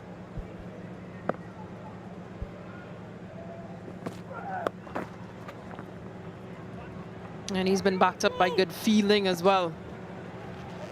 But those pin overs, Adil Rashid, Moeen Ali and Livingston, they've done really well to keep things quiet. All 4 wickets falling so far to spin.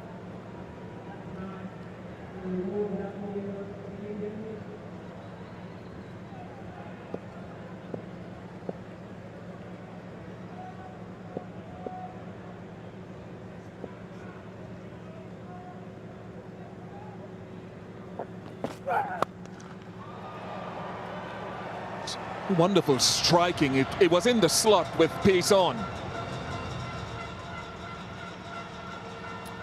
Yeah, it was in the slot. Like you say, in the wheelhouse as well for Jason Holder. Didn't have to really hit this too hard. Pace on the ball. No fielder, straight behind. Well executed there by Jason Holder. Third man's come up and mid-off has dropped back to long off.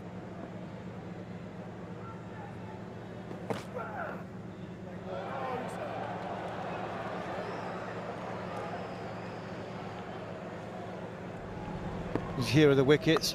A lot of pressure put on by Adil Rashid and Moeen Ali. Not sure how the West Indies thought process was going here, but didn't execute their shots well. This is just pressure. Powell missed the googly. And Pooran, after hitting 2-6, hold out to a fantastic catch by Jason Roy.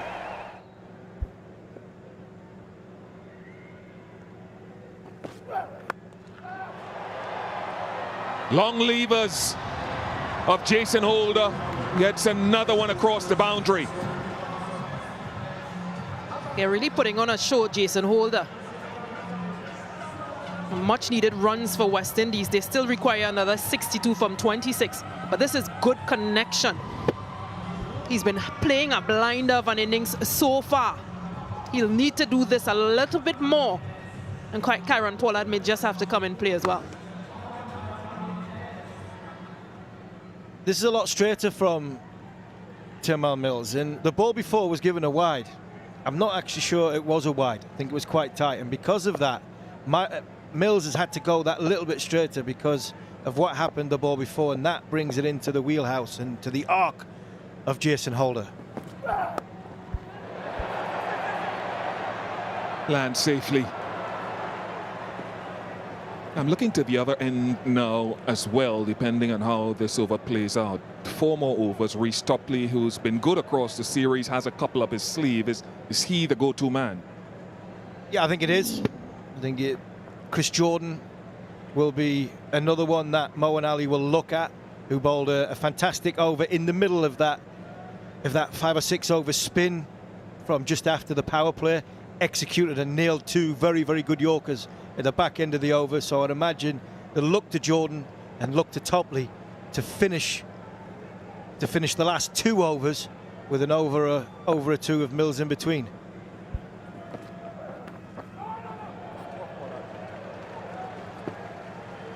One, 3 for 4.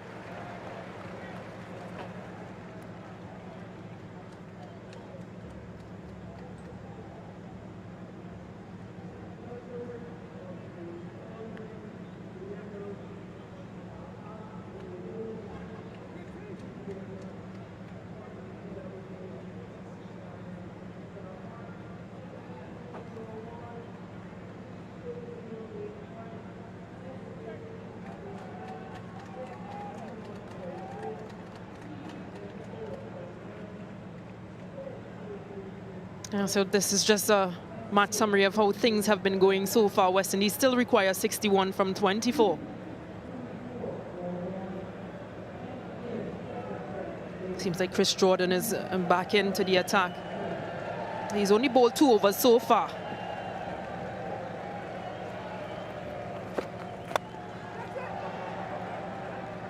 He can be expensive, Chris Jordan, indeed that. But his variations has worked so far for him. So he'll be banking on that as well as his pace to keep things tight and keep this partnership from building. Yeah, there's been a lot of question marks on Chris Jordan bowling at the death, whether he's lost his mojo or he's been the batters have maybe lost a little bit of confidence in executing his Yorkers and his slower balls. Very experienced campaigner now, Chris Jordan.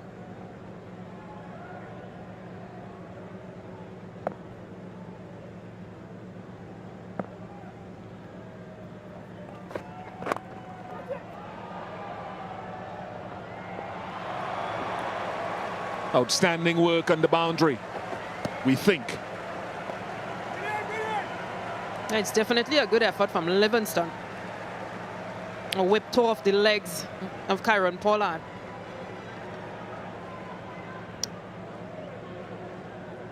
It looks good. And a time where every run counts, saving every run counts. This is good feeling.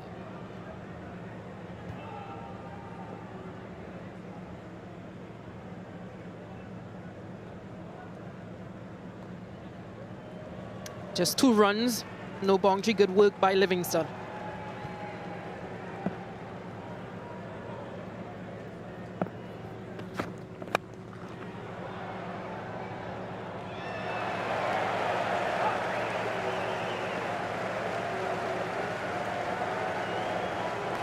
A good feeling again by Livingston. Really busy out there tonight. Good ball as well from Chris Jordan. East Indian captain can't get underneath the ball. Good bowling by Chris Jordan. Excellent fielding, backed up by Liam Livingston. That's what you want as a fielding unit. Backing your bowlers all the time.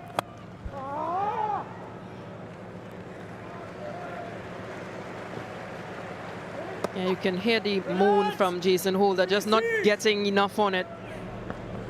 And this is his innings so far, Jason Holder. He's really made good contact and taken on the spin of Moeen Ali and Adil Rashid. And of course, hitting Mills a couple times down the park. Career best so far for him, Jason Holder. 31 off 21 balls.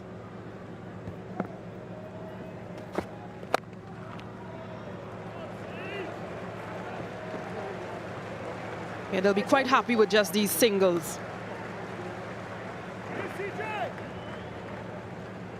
Six balls so far in this over, restricting boundaries, which is important.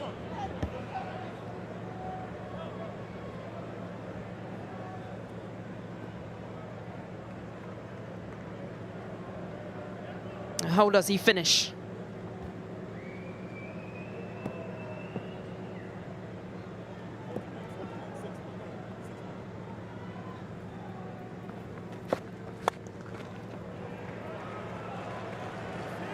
A good ball to finish. 140 for 4.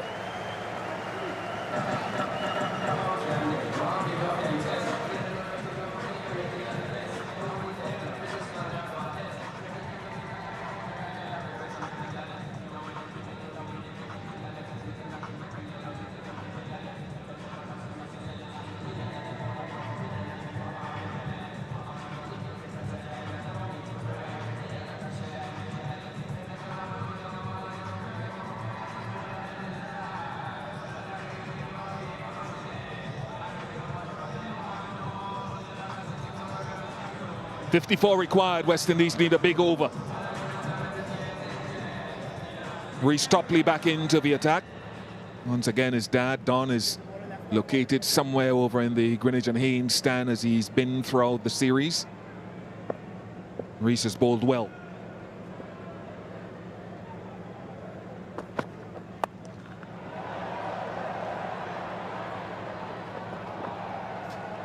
Just wonder if there was a miscommunication between Vince and Jordan, and both pulled up without going for the ball. Not a bad ball here from Reece Topley. He's bowled it into the surface.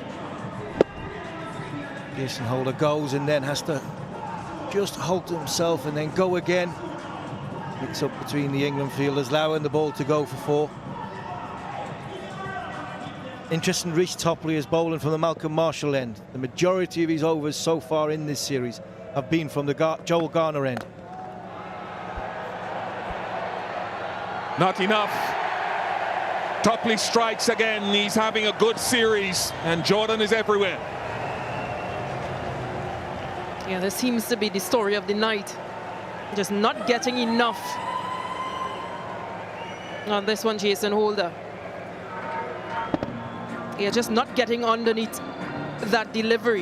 You could only pick out Chris Jordan on that long off boundary. And Jason Holder goes for 36. Good little cameo from him. West Indies 144 for 5.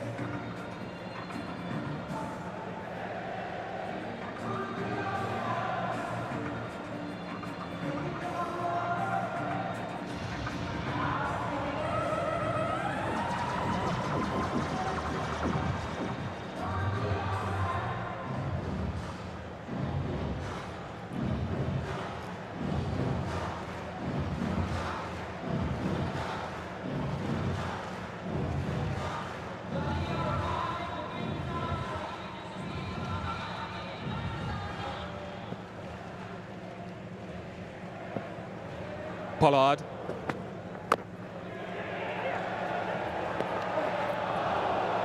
Well, you know, if that was on target, there'd have been a celebration again from Topley, because I think Bravo would have been well short.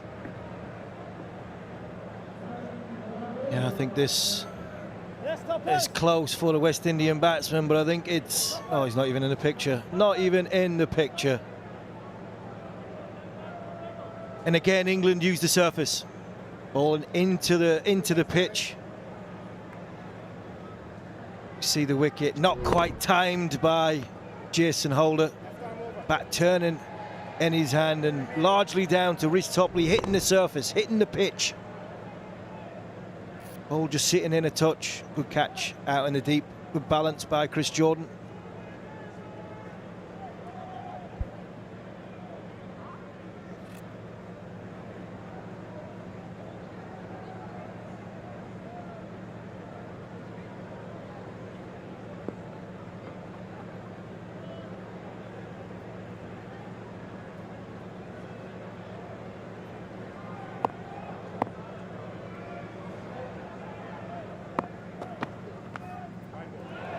No, it's been an interesting match in many ways for 2 points for me. West Indies gave up 75 of their last 5 overs, which is exactly what they needed from over 16 here.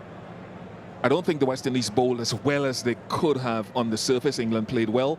And from over 7 to 13, only 28 runs came. The spinners, Moeen Ali, Adil Rashid, from over 7 to 13. 1 over from Jordan as well. And 1 from Livingston. No wide signal.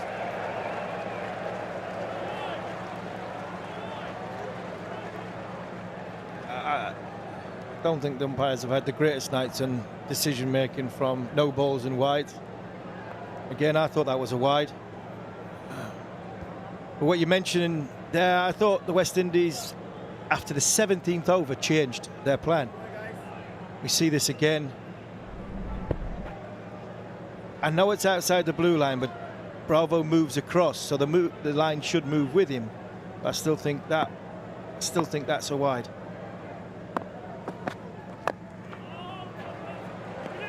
But what the West Indies, for me, didn't do well. 145 for 5.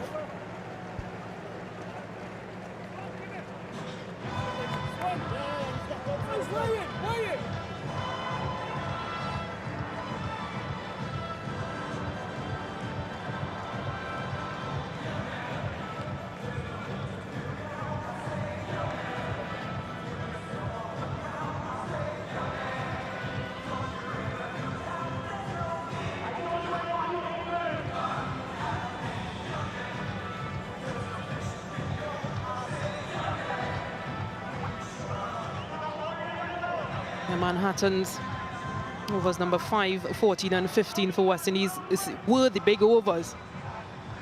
And they definitely need a lot more hitting now.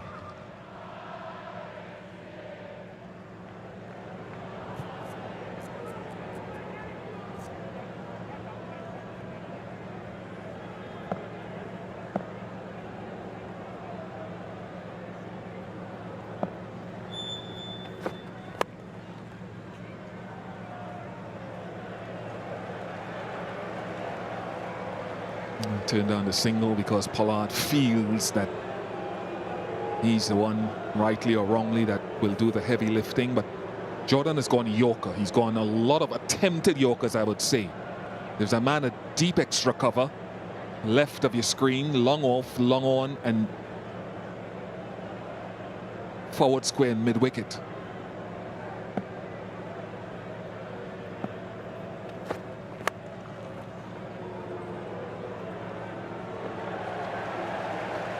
He takes the single, and now Kieron Pollard. But again, good feeling. I think too, you see sort of sometimes a technical idiosyncrasy with Pollard. A couple of times already in this innings, the bottom hand takes over and he drags some of his shots that he'd be looking to hit straight down the ground to a straightish mid-wicket, simply because the bottom hand tenses up on the bat and closes the face.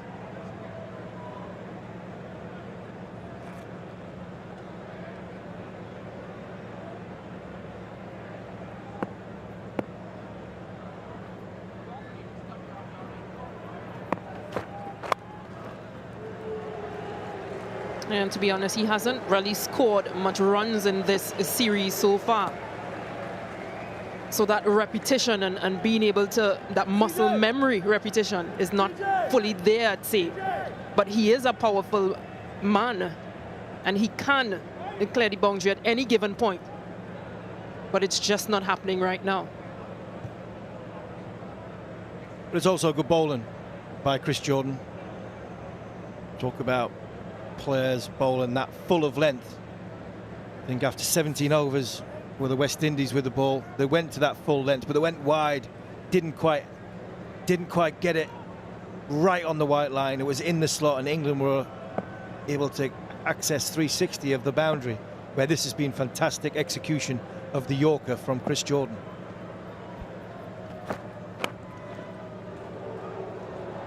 And that's the advantage of a dominant bottom hand, that Jordan gets too straight and that squeeze away for four. Now there's a fielder directly almost behind the bowler as well, eh? So Jordan is expecting Pollard to go there. Yeah, I wouldn't be too disappointed if I was Chris Jordan on this. Gone for the Yorker, slightly off. Good timing by Kieron Pollard.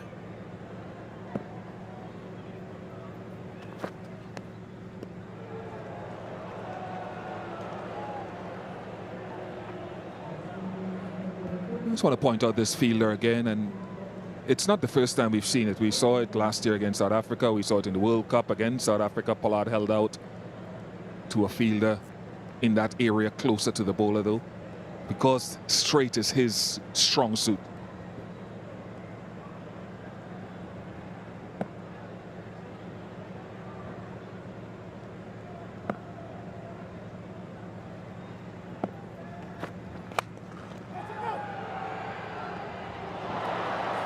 Oh, misjudged it a touch, Jason Roy.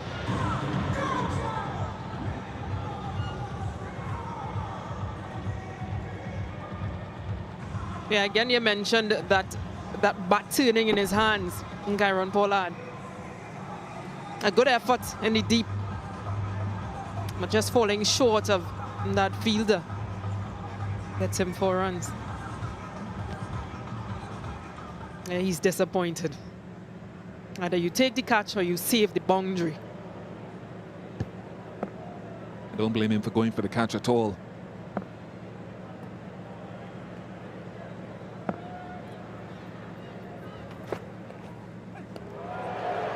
Change up of length, 156 for 5.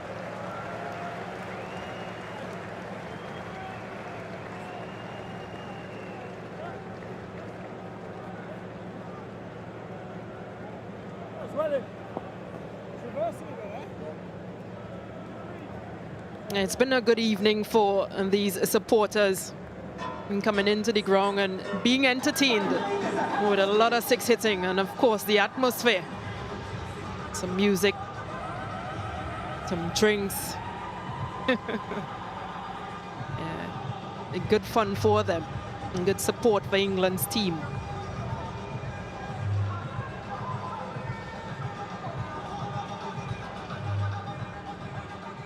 It should come down to be decided tomorrow here at Kensington Oval because there's 38 needed. And we've been down this road before. We've seen this movie before, that if you keep it simple and don't bowl wides and no balls, you should be safe if you're Topley.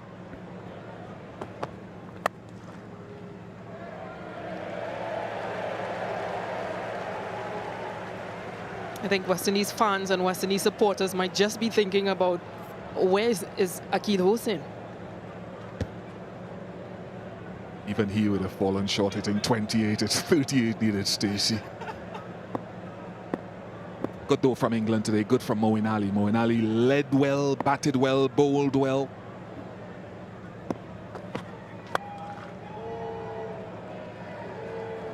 Yeah, I couldn't agree more. I think it's been a good professional clinical display by England.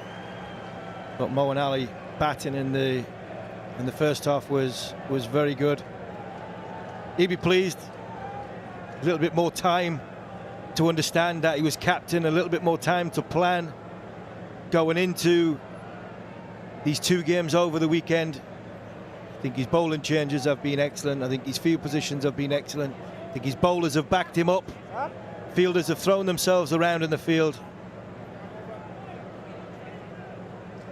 And what an afternoon we're in for tomorrow.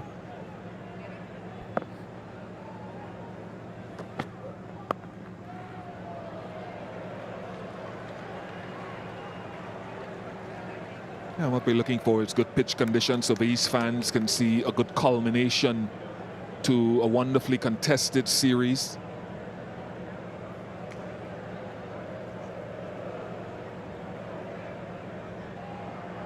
West Indies have got to get their bowling group working. I wonder if they look in a tiebreaker to leg spin tomorrow. Maybe a big call with only one game.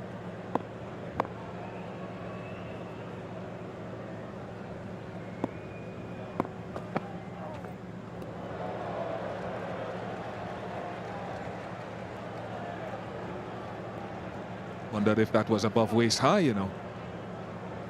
I think Aaron Bravo thought it was above waist high. Talking about having a look at the bowlers, re-evaluating what has happened in this game. I think the two umpires might need to have a look at themselves as well.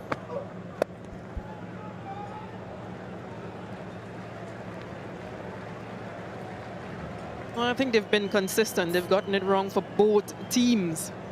I think the average, the amount in terms of either team would probably be the question. But it's challenging being an umpire out there. I mean, we're all human at the end of the day, but you're expected to do a lot better at this level. Last legal delivery. Jordan's bowled well, 4 overs, none for 30. Topley very good again. Ends well. Cheer goes up around the ground for England's supporters as England draw level.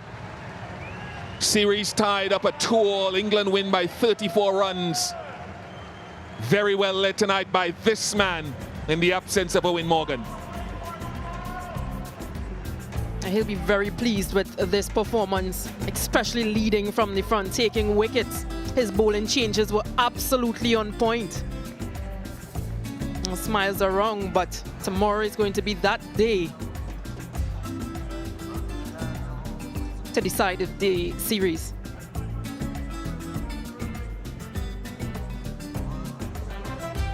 Well, the captain off the field, Eoin Morgan, will be proud of his side, the way they've come back into this series. 2-all now, going into tomorrow. The execution of the plans that Moeen Ali set. The bowling group has gone to Chris Jordan, bowled beautifully at the end. I think this game was not just won by Moeen Ali with the bat. I think Moeen Ali's decision to bowl that middle period, 7 or 8 overs of himself, Adil Rashid, 1 over from Chris Jordan and an over from Liam Livingstone. I think that's where the game was won for England. because a lot of talk was to their debt bowling England, because they went for a lot within the last couple of games, to be able to go back to the drawing boards, as it may be, and correct it into this game, because they've really bowled well within the last couple overs of this game to keep things tight and restrict West Indies from hitting boundaries. So this has been great work from England. Yeah, it's all about the execution. Unfortunately for the West Indies, they fell short.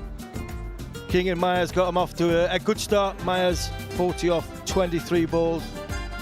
Paran looked as though he was just starting to go through the gears. 2 sixes in 3 balls against Liam Livingstone, but then hold out to a fantastic catch by Jason Roy. Holder with 36, but all too little, too late for the West Indies.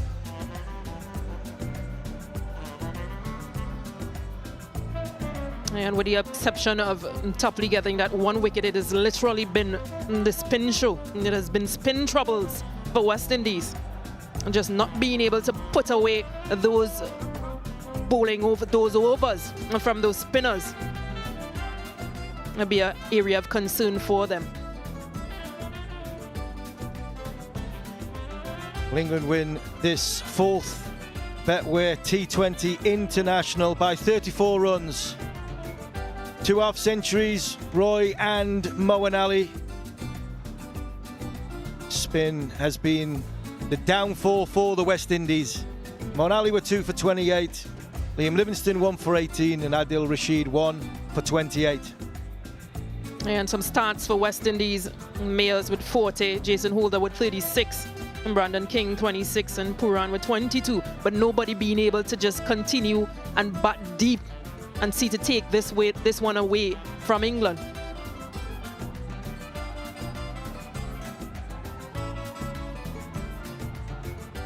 With 1 game to play in the series, it has been a fantastic series. Pulsating, swinging from either dressing room. West Indies win the first by 9 wickets. England come back, limp over the line by 1 run. Then the belter on Wednesday, fantastic wicket. West Indies get 225 and defend it by 20 runs and win the 3rd. And England comfortably get over the line in a clinical performance in the 4th. So 2-all in the series. Can't wait for tomorrow.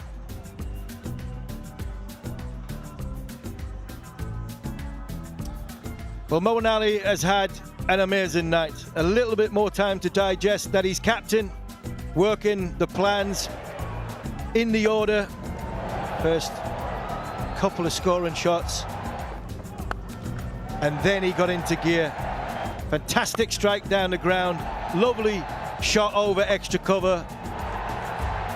West Indies go a bit fuller, tried to follow him, but no avail. And that, for me, was the shot of the night, possibly the shot of the series.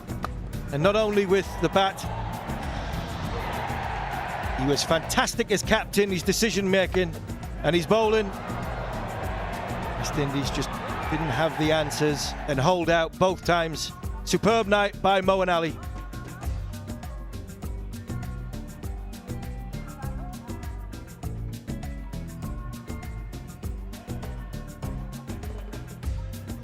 Reece Topley thought was fantastic again, not only with a new ball, but at the death. He really has come of age in this series.